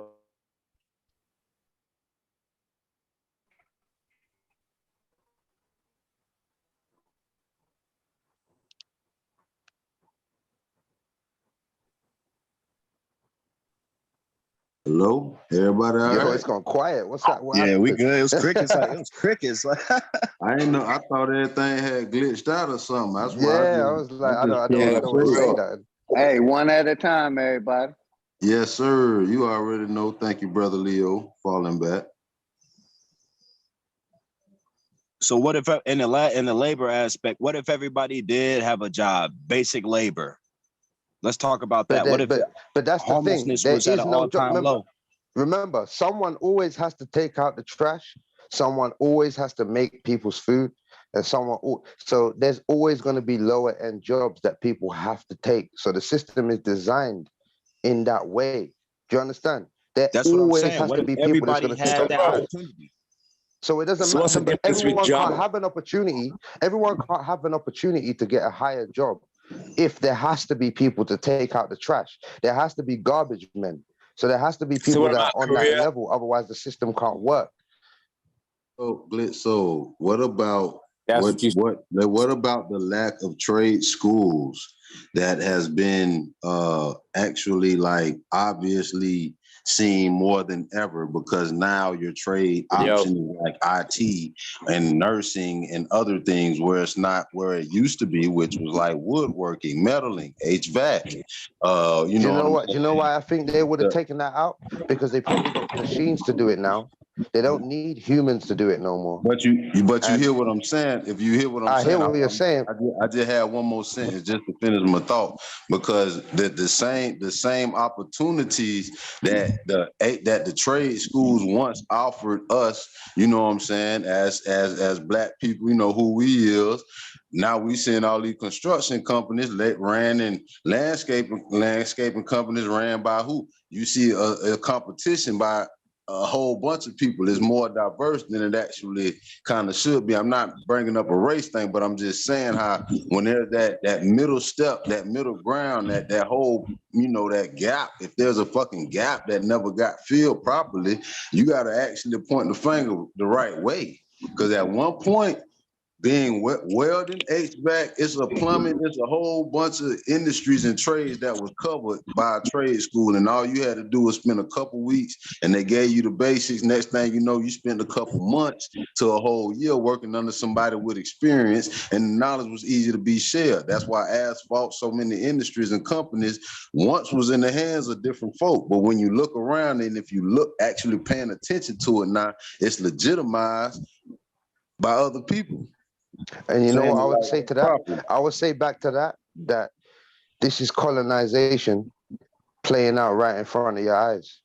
And a lot of people don't know that. A lot of people think that colonization happens when people come and with guns and da-da-da-da-da. No, it's when people come with rules and things like this that affect the people of a certain land and don't affect the people who've come from a different land. This is the effects of colonization. That's so what it can is. I ask you one thing? Do you think if the homeless that's out there on the streets was offered a few weeks of education and trade school to understand and learn them same programs that I just mentioned you, that will put a whole deficit into that whole issue? And they will offer them same opportunities as far as jobs. Because mind you, they got companies that ship you out. They pay for your room, booking, food, everything, as long as you have a skill, as long as you can do something, not just wake up and just sit around, but actually come and be productive and efficient. Do you think that would actually be something that would change the game or what?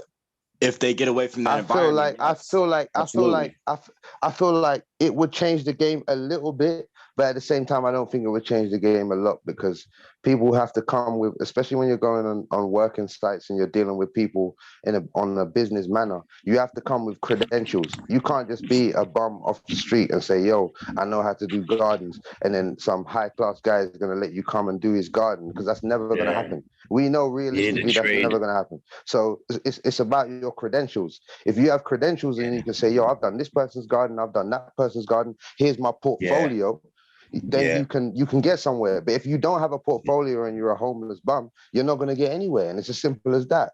And I understand that, because if I was a person if I was a person who was rich and I had a big garden and I wanted it done, I'm not going to go and find somebody in a back alley. Why would I do that? It don't make no sense. I'm not going to do that. Even as a person who will support, the less fortunate, I'm not going to support them in that way. If I've got a expensive garden that I want done, I want it done properly. It's about receipts. Yeah. Just so we clear, hold on, Glitzo. I'm not cutting you off. I'm just saying, I never was saying that. I was, just making sure we're on the same boat. But I was actually saying, if a person had the education, the system and the education, the curriculum and understanding was offered to these folk who initially were, the homeless and people in, whatever situation they're in, but could use that benefit. If it was offered to them, they took it, passed it, went through that whole curriculum or whatever on the basic level, and they also spent hands-on time with someone with expertise. That's my whole other point. It's not like you just gonna do a couple weeks just to learn the basics of it, then just jump out and start doing what you do. No, it's still gonna be guidance. It's still gonna be a certain level of supervision, just making sure you're getting the hands-on experience. Because if like me as a working man, hands-on experience count a little bit more than your bookworm experience. It's best to get your hands dirty and know what it is, opposed to just keep reading through some books and flipping through pages and thinking you know something. A lot of times. Facts. And you know what? And what you're saying right now, it would be a beautiful thing. It would be a beautiful thing if it could happen. I wish it could happen for a lot of the kids in my area, especially. Just to get your understanding. Yeah, no, for real, it would be a beautiful thing. But you know what? A lot of the kids, they don't necessarily want it because it's not enough. Like them doing like a landscaping, like a gardening or a landscaping job or whatever like that, it's not enough for them. And I've got nephews, and I've got nephews that are at that age, and I know the kind of things that they're looking at. I know what kind of things that the girls that they're dealing with expect from them, and it's a lot. And they're not dealing with, they're not looking at, let me do a gardening and landscaping job and, build myself up so I can start my own company. That's not enough. You get what I'm saying? It's just not enough. And I understand where they're coming from, because it is. It is not enough. Subject?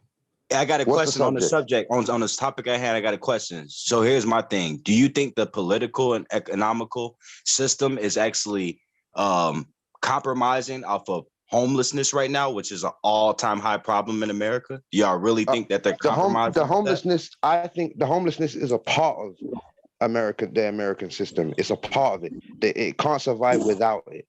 If everybody was homed, then they would have to have jobs for all of these people to, justify the fact that these people are home. Listen, and let me say something on that one, because in the 80s, but homeless is worldwide. That's worldwide, bro. Let me get the mic, man. Y'all been talking all day. In the 80s, when there was a crack epidemic, we didn't have no damn homeless. The crackheads was going all up into the smoke houses and everything, sleeping. So we didn't have that before that. When this thing came about with the homeless, it came down because of the politics of our government. Y'all right on that point. And this government is doing what they want to. And we, the people, don't do nothing about that. It even says that in the Constitution. We, the people. And we ain't enough people to stand up and do a damn thing about this government. So ain't nothing gonna change. We're gonna still have homelessness. That's a problem. And they trying to fix it, but it ain't gonna happen. Because it'll make sense if there was less homeless people, because there'll be more homeless people working, buying houses and everything. I feel like the corporate system don't want that to happen because they compromising off the land, taxing the people who actually bro, it's us that don't want it to happen. We don't want it to happen. You know why we don't want it to happen? Because we celebrate. This is why we don't want it to happen. We don't. Because we celebrate all of the niggas. We celebrate all of the niggas that deal with the destruction of all of the shit that we're talking about, trying to build up. We love these niggas. We do. Even as much as we'll say, yo, they're bad for the community and this, that, and the other. We like some of their music and we fuck with these niggas on a certain level. And it's a fact. We perpetuate our own destruction when it comes to the community, but at the same time, the community is built flawed. There is no peace in the community. There is no, the police are going to stop murdering. I was speaking on at all, brother. Not one bit are you touching on that point. So what's the point? All right, go on. What's the point that you was trying to make? Say homelessness was at an all-time low, even though they're compromising off of everybody being homeless and lack of job opportunity, and people just simply don't want to work in these times right now. I'm saying, what if everybody was working and able to buy houses and stuff? Won't that make the corporate system more lazier? Because you got now. This is what I said at the beginning. This is my beginning argument.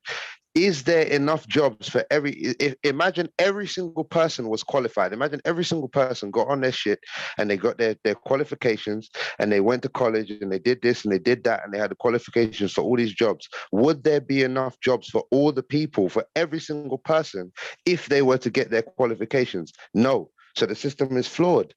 So there's no way that you can work your way around the system trying to get it to be unflawed when it's flawed. So what's the solution to that problem then when it's still increasing? The solution to the problem is detaching from the system. And if we can't detach from the system, then there is no solution. That's a fact. Yeah, but you got a lot of people. I think if you look at the stats, that's incorrect. If you think it's not a fact, then please prove it to me. Because if we're going by if we're all living within the system and we're living within the parameters of the system, then I don't understand how we're not going to suffer from the effects of the system. A new way of we living. have to, but that's what I just said. If you watch the stock market, it released those job reports like every 2 weeks or something like that, and we was like at like 3% or something like that. You know what I'm saying? So if everybody, they got people with 2 jobs and shit like that. So if everybody wanted to work, I think everybody could work. Like our shit would be at like 0. Bro, but what we don't realize is that jobs are slavery. You don't understand that. If you have to work to live, you are a slave. That's what the definition of a slave is. If you have to work to live, then you're a slave. So you're saying, oh, we need more jobs for people. Then you're basically saying we need more slavery. Because if you have to work to live, then you are a slave. That's not necessarily true. People who live out there in the wilderness and cut down their own trees are working. And they're not slaves. Right. They're not working. That's not work. That's not work. That's not work. That's not work. They don't have to be there at a certain time. They won't get fired. They won't get fired. They will never be, listen, they will never be told by the trees that they can't cut down the trees because they came late. They would never be told by the trees. Listen. You don't listen. No. With all respect, no. I'm just saying, bro, because you got to understand what bro was trying to just tell you is different. certain people, your definition and what you call work versus a job versus duties versus chores, all of that is different, because a man living out in the woods who don't even live under no government, you know, a jungleman, he might not even call them chores. It's all about the words and definition. Once again, your attachment to reality. No, these things have to be done. It's You might like have a cooking. family business too. Listen, You know what I'm saying? wait. Let me respond. Let Me respond. Hey, one at a time. Let me respond, please. Let me respond. Please, are can you I in respond? America? Please, can I respond? Are you in America? No, don't ask me a question. Can I respond to what he just said? Can I respond to what he just said? Like, what I'm saying is, you can't call everything work. If I have to cook food, that's not work. I have to cook the food to be able to eat it. That's not work. I have to cook the food to be able to eat it. That's not someone telling me, yo, listen, at 5 o'clock, you need to do this, or at a certain time. There's no certain time. There's no nothing. It's a process that has to be fulfilled. If I want to eat some food, that's called cooking. It's not work. It's just like if you want to create a fire, there's a process of cutting down firewood and then burning that firewood. It's not work. Do you understand what I'm saying? There's a difference. A lot of people consider that work, though. So it's just a difference of definitions. That's labor. That's labor. That's labor. Dude. My Still work. That's labor. Certain things are just a responsibility. Certain things are a talent. Certain things are a skill. I'm saying these words because they are different. They have different words to it. But guess what?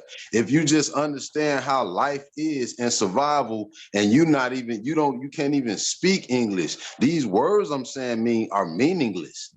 Like straight up, you know how to cook because guess what? You've seen it. That's what you experienced. And if you apply those skills, then guess what? You can cook for yourself. You can dress yourself. You can bathe yourself. You can do all these things and survive for yourself and on your own. You are then truly independent. And you can live independent amongst others. But I'm just saying, let's not get so caught up on the certain wordplay if we on the words. Not for real, because I'm saying, because obviously you can't say it's work. You can't say doing anything is work, because that means getting out. Wait, hold on. That means getting out of bed is work. That means making a drink and lifting it up to your mouth is work. That means anything is work. I'm saying you have to do certain things. No, but what I'm saying is that you have to do certain things to do certain things. You can't call it work. You can't call everything that you have to do work. I'm saying if you have to cook to eat, you have to do that. Bro. Falling back, but all I just said was let's not get caught up on words, dog. So for you to keep not for real, but we're talking about slavery, and we're talking about slavery and things like that. And I'm saying, yo, you're talking about. No, like, no, remember not up on wordplay, bro. Like, all right, go on. All right, sorry. All right.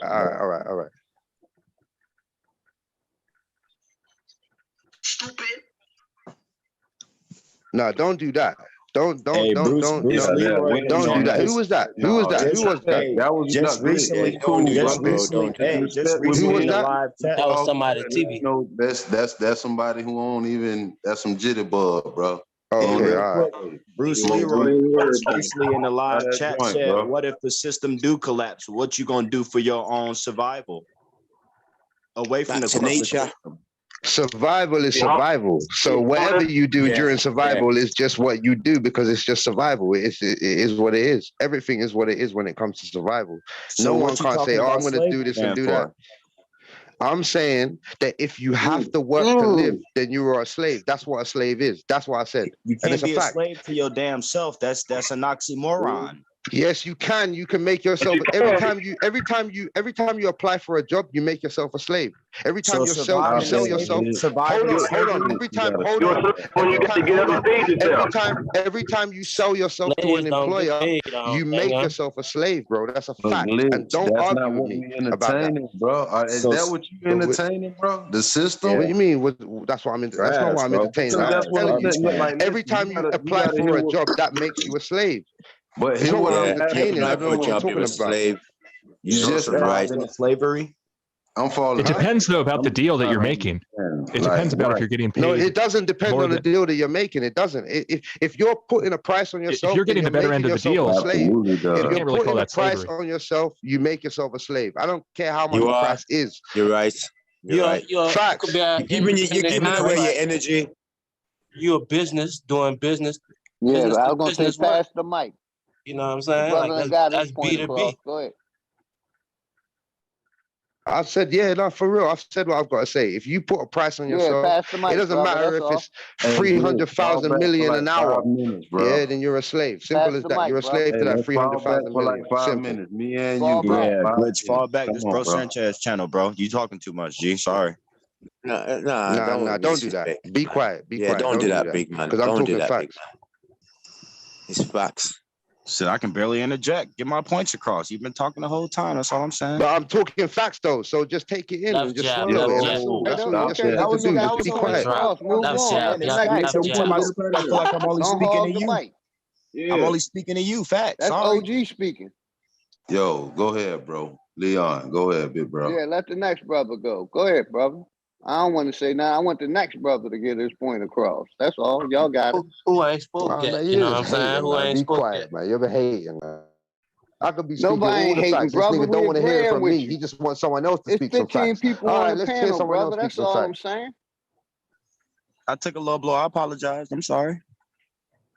Hey man, we all having a good discussion right now, so it's going good right now. Peace and love. Like it was, man. Let's just keep it like it was. Everybody making great points, and man, it's nice, man. I'm enjoying it, man. I done drove to the store, got some beer, and I still enjoying it, man. So let's just keep it going, man, and keep that. Me too, I got a tough question for the OG. You heard me? I got a real tough. You New Orleans, what up?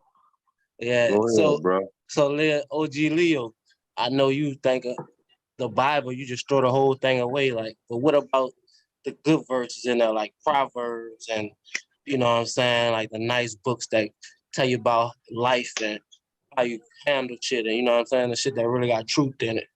You throwing all that away too? Burning all that shit, brother. That book dealing with mythology. We can deal with reality of life, bruh. You know, write your own book of your life.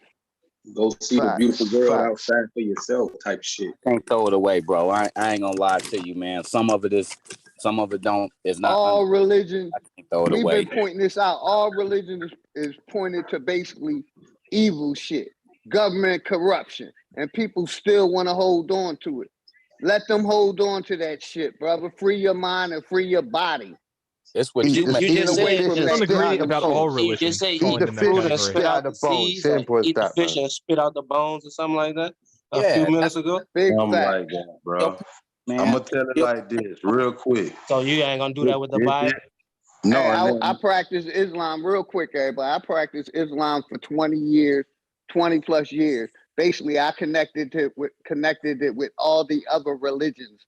I'm not a slave to any invisible God or creator. That's what that shit basically boils down to. You're a slave to this invisible source or system. Type and shit. I'm a land right there. No, real talk. And if I could, 15 seconds, everybody. Got you. One of the main reasons tonight's topic really hit home plate for me, because my birthday this year, I even if Bro Sanchez went in the archives, dog, I put it on blast because I was really feeling my type of way. But on my birthday this year, I was evicted from my place.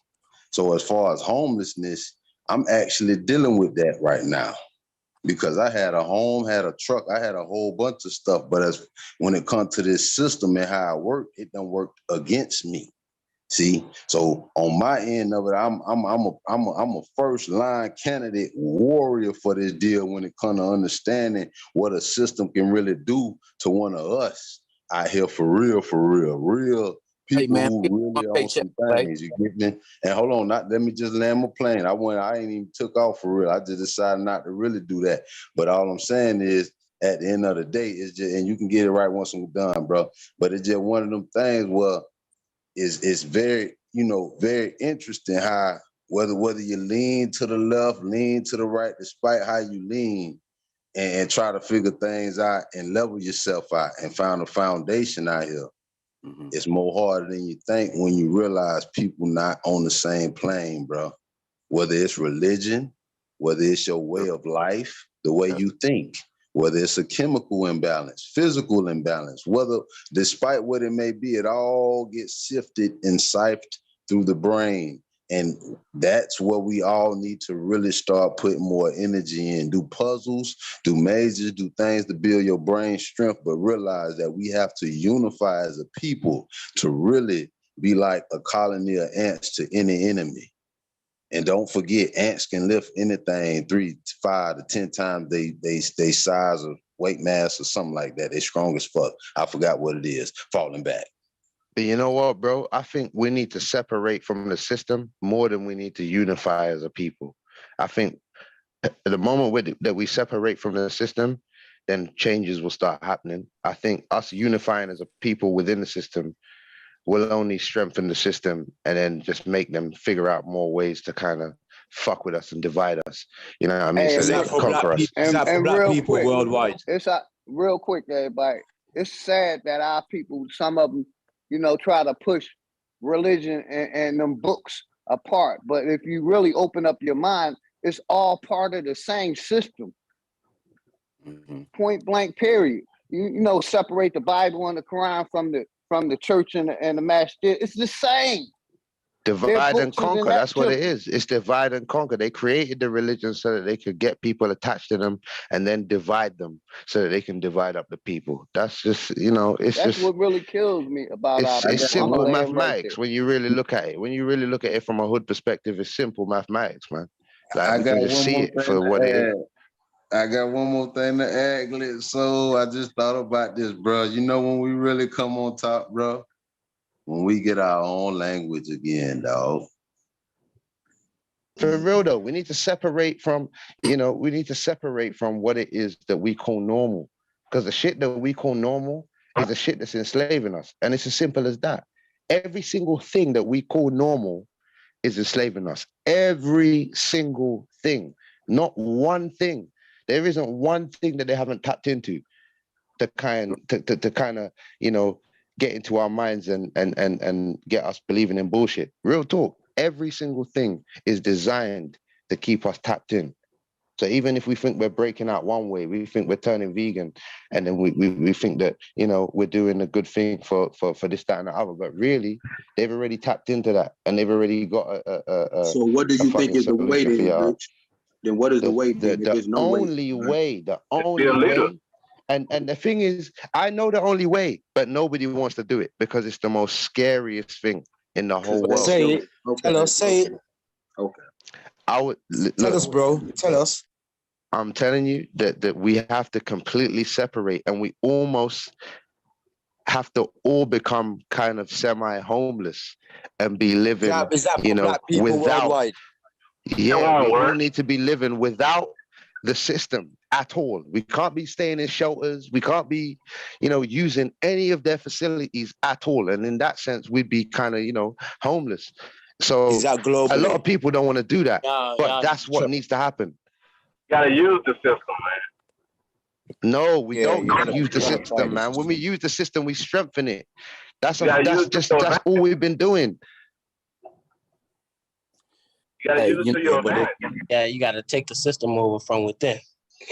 You can't do that. You can't do that. You can't do that. Because if you design the system, you would never design it to be taken over from within. If you designed a PlayStation game, you would never design it so that the person could glitch. All right, So your mind can't take it over. You're telling us our mind can't do it. Whatever system y'all talking about, whatever you able I'm saying if you're playing their game, you're not going to override the rules. That's what I'm saying. Listen, all I'm saying is if you play what the song say, if you play your cards right, everything will be all right. That's a lie to get you trapped into the system, sell you the American dream, to sell you the dream of, if you play your cards right, even though they're the ones dealing it, that you can just be all right. But it's not true. We can see now that it's not true. We've had enough years and years and years going by to see, this isn't true. All the celebrities. I ain't gonna cap to you, Glitch. I ain't trying to run from these motherfuckers. Like the way I feel it, like towards them and what they done to people, and like me in general, I want revenge. It's like I'd rather be the wolf in sheep clothing. You think I this sweet and try to take this damn clothing off, then boom, you're dead. It's really that deep for me. So it ain't no running. I'd rather, like they saying, bro, like use the system. You gotta use them, find the loopholes, and and take advantage. Then when you get able to, then you cut the head off the snake. All this, I don't know, man. It just sounds. See, but you only have to use the system because you don't have enough people around you, and you don't have enough people in whatever state you're in to actually go against it to do anything about it. So you feel like, you have to use it. You have to be a part of it in order to. No, but that's what it is, bro. You like, because you don't have enough people, you have to be a part of it in order to feel like you can get somewhere within it. And that's not getting out of it, bro. I hear what you're saying, because I feel the same way. Obviously, I'm trying to, I need to get some money and rare. I hear what you're saying, but that's not getting us out of it. We're talking about the solution right now. I'm talking about killing this system. Ask y'all a question, man. Do y'all feel we trapped? Because I feel like I'm trapped. I feel like I'm trapped in a real bad system, man. And economically, I can't get out, bro. I feel free. Economically, we trapped. I feel free as a being, though. I'm good. Everything else is just this money game. Get everybody lost. Facts. We're free as a bird, but we trap ourselves. We trap ourselves because we think, yo, we need to make some dough so we can do this. And anybody who say they need some money, anybody who say they need some money, still trapped. And that's just what that is. But that's all of us, bro. That's all of us. We all smoke weed. We all smoke weed. We need financial education. No, we all smoke weed. That's all of us. I can push back on that and say anybody who just ain't got their own land is trapped. But look. No, hold on. Just to finish my statement, and the only reason I said it like that is because you got to remember what that symbolizes: having your own land and property. Okay, gotcha. Look, that's what I do right now. I'm doing this real estate shit, right? I'm learning about these lots and this land, these acres, right? Okay, so look, you got the land. Now what? Like we depend on the system. That's why we track. We don't. No, we don't. Because because let me tell you why. Because that money is gonna make you get in the system. Whatever you doing to get the money, that's fueling the beast. Okay? So until we all know how to barter, build our own homes, grow your own food, teach your own kids, build your own car, build your own weapons, you feel me? Without fueling the beast, for real. You trapped. No, listen. So, bro, you feel what I'm saying? All I'm saying is, hold on. If not, it's war. If not, it's war. If not, it's war. Because Big bro, I hear you, cuz what I'm saying is, you're right. It is war, especially if I ain't got my skills up or if I ain't got certain things that's going to have me with a solid foundation. So what I'm saying is, as far as to answer your question, when you got the land, I mean, shit, if anybody can go in their contacts and for every other number they pull up, they got a plumber, they got a landscaper, or they got their own doctor, somebody who actually in the field and a nurse or something, but they got real professionals in their phone for real, not the ones through insurance, but I'm talking about actual people that they know that show you the other problem. Because the thing is, we got to get on our education shit too. We got to master certain skills out here. You should know somebody to plumb. You should know somebody to lay electrical. You should know somebody to do HVAC. You should know homeboys, and you should, everybody should be able to bring something to the table. We don't only need to know homeboys to know plugs just so we can get shit for the low. We need to know people who know how to do things and actually got skills so that, if you do got the land on your part, all it is about 3-4 calls away, and here come the wood, here come concrete, here come painting, here come every little thing you need. And you know what ends up happening, bro? You know what ends up happening? No. Hold on. Don't stop. Let him finish. Let him finish. All I'm saying is, on respect, bro, that's what needs to happen. Ain't no what ends up happening. For those who listening and caring about what I'm saying, that's what it needs to be, dog. Because a skyscraper don't become skyscraper because one call was made and one part of things was done. It took I a hear whole what you're team. saying, but who are the people who govern who are the people who govern you owning a piece of land? This is what I'm saying. The whole idea of ownership and where ownership comes from. Who gives you the ownership? Who do you apply for the land to own the land? You're not understanding that. No, I am understanding. Cause get what you talking about. I got a plate of hold on, listen. I got a plate of food for Glitch over here. I'm talking about collard greens, cheese, potatoes, mashed tails, all that. Just like the song saying, he talking about a little ass piece of cornbread. Listen, that's the last thing I'm worried about, bro. Actually, how to get that land. I need to know how to master the land. Okay, well, check this out. You said that. You said that. And look. Here's how you master it. You said it though. At the end of the day, I can't really deny what you're saying because you almost we in tyranny, right? Like I say, it's war. We in tyranny, right? So you gotta play that game. You gotta play the game at a certain point, right? I gotta play the game. But like you said, when you master it, right? That's whenever that whole private shit, like even when you, let's say you so-called own land, but you still under that name, then that's they shit still. That name is they shit, right? So you got to know how to get a name back and be. Look, you could be the man on the board playing, going around in circles, right? Or you could be the man shooting the dice, right? And it's a way where you can be the man shooting the dice. Them the same dude though, ain't it? No, look, it's a man on paper. Look, it's a man on paper. It's a man on paper. And then it's a flesh and blood man, right? And we playing, they trick us into playing the man on paper, and they're playing the token, the monopoly man, right? But you can become if they don't show you that. That's how they move. They move in like natural law, like type of shit. The private man under God, right? And we going by. I see. I didn't know you was breaking down like the straw man and stuff. I see what you're saying. You don't know. Yeah, I see what they're doing too. I'm talking about that land. Yeah. I'm talking about land. No, even when you own the land, if you own the land, if you going by that name, you still paying taxes on that land. You're still paying taxes. But the private man, he has a more chance to be a natural man than anybody. The private man. I mean, and like I say, it's almost like you got to play that game to a certain extent to get to that level, because that's how they move. You saying what I'm saying, though, AJ? Like that's all I'm saying. Like you have to be the master of it. It ain't it. You just like you said. Oh, in your words, it's private man, but it's the man who done mastered it. If he know that it's private land, then don't nobody else can govern that piece of whatever. But falling back, I'm just making sure everything understood too, though. Right. Diggy, let me show you what to do with the land. Let me show you what to do with the land, Diggy.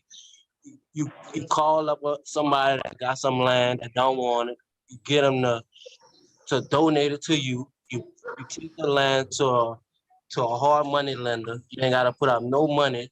They're gonna give you the money to build on the land. You build your house, and then you sell that house for 200 racks, and then you just do it again. That's how you leverage the land. You know what I'm saying? And it ain't gotta be spooky and straw man and all that. It's just a financial literacy. You can't actually own land. That's not a solution for everybody, though. That's not a way that everybody can do it, because everybody can't build houses everywhere. Like, it's not a solution for everybody. It's a solution for the few people who have got enough money to do it. And that's the same shit that's been going on for years and years and years. So I don't know what's going on here. Look. That's what I was talking about.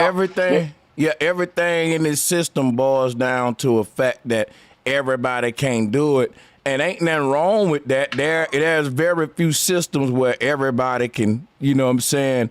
But the thing is, this system says everybody can. Right. Bro, thank you. And that's what I'm saying. And I'm trying to show niggas that it can't be done. So the system's flawed. So what are we talking about? Stop saying that, Glitch. Yeah. You don't. Bro Sanchez just said what I just said in a different way, but you're telling me to stop saying it. All right, cool. I'll stop saying it. No, it's not that, bro. It is. I guess it is. You're right. It is how you're saying it, but it's just in a weird way because, like I'm saying, I'm saying it plain and simple, dog. But it's like you kind of saying it your way, and it just kind of make it seem like counterclockwise when I'm just saying it clockwise, I guess. I don't know, but and some of us still believe in the system, and some of us Just point blank, don't. Yeah. That's Before modern, Yeah, but hey, you before can't modern, believe in the system and believe in any kind of. hey, guys. Let me say one thing real quick. I want to say one thing real quick that you might not like. It's that time. It's time for my dinner. I'm gonna get up out of here. But look, y'all can close out. Take your time closing out. But let me also say, everybody that hit the link today, whether we debated or not, I really appreciate you for coming and being a part of the program and shit and making the show lit. Salutes to everybody on the calls today, man. Salutes, bro. Salutes. Salutes. Yeah, I've been in a while, but I'm glad to be back, man. For real. Salutes, man. And you're right. For real. You've been gone for a minute, Glitch. They're good to see you back, bro. I could have been painting Florida Hit State that like and donate. arena. thank you for opening up the panel. Much love, man. Salutes to you, brother. Much love. Smash that like button, everybody, before you go and the show closed. But salute to everybody. I'm just gonna say my little piece so I can go. Brother Leon, brother Sanchez first. Brother Leon, Sir Draw, everybody. Wish Bobby was here and the rest of the, OG gang that always send, come through and, show love. But hey, everybody who did come through, you did. Appreciate you falling back. Salute. Appreciate it, man. OG Leo, appreciate you as well. Everybody on the Much love, bro. You already know. Oh yeah, hey, Drop didn't say much today. That's crazy, huh? Hey, and Eddie, I ain't know that was your avatar there. You got a different name on me. But yeah, salutes, bro. Yeah, salutes to all of y'all, man. Yeah, much I love, see y'all bro. on the next one. Love, bro, Sanchez. For sure. Hey, email me email me topics and shit too, man, for the next one, y'all. If you get some email, bro. I did send you one with some Nicki Minaj sounding like Jay-Z shit. I don't know. Oh if you yeah, I did see the topic. I'm gonna open. My bad. I was just scanning through them. I'm gonna open it up, man. We're gonna bring all this stuff up on the next one, man. Yeah, bro. I know. Yeah, just to switch it up a little bit. We be doing, you do all kind of it. So I just, every now and then I seen something that might be mind blowing to me. But like, yeah, just yes, sir. Salute, bro. Appreciate that. We gonna do some more video reactions and shit on the next one. We ain't really opened up the reaction screen, but it ain't no 5 videos to react to. Send me some links in the chat room for the next one so we can run it across the round table and roast that shit or either toast that shit. That was a show I was thinking about, roast the toast, nigga. Let me get up out of here, man. Dope. Yeah, salute, bro. Hey, peace to all y'all brothers, man. Peace and love, man. Y'all be safe, for real. Respect. For sure. Hey, thank you everybody for tuning in to the Friday 5, man, and I appreciate all of your support. I don't take it for granted. Thank you for hitting the Cash App donation, the PayPal donation. Salutes to all of my Patreons, and I hate it. I gotta run, but I see y'all on the next one.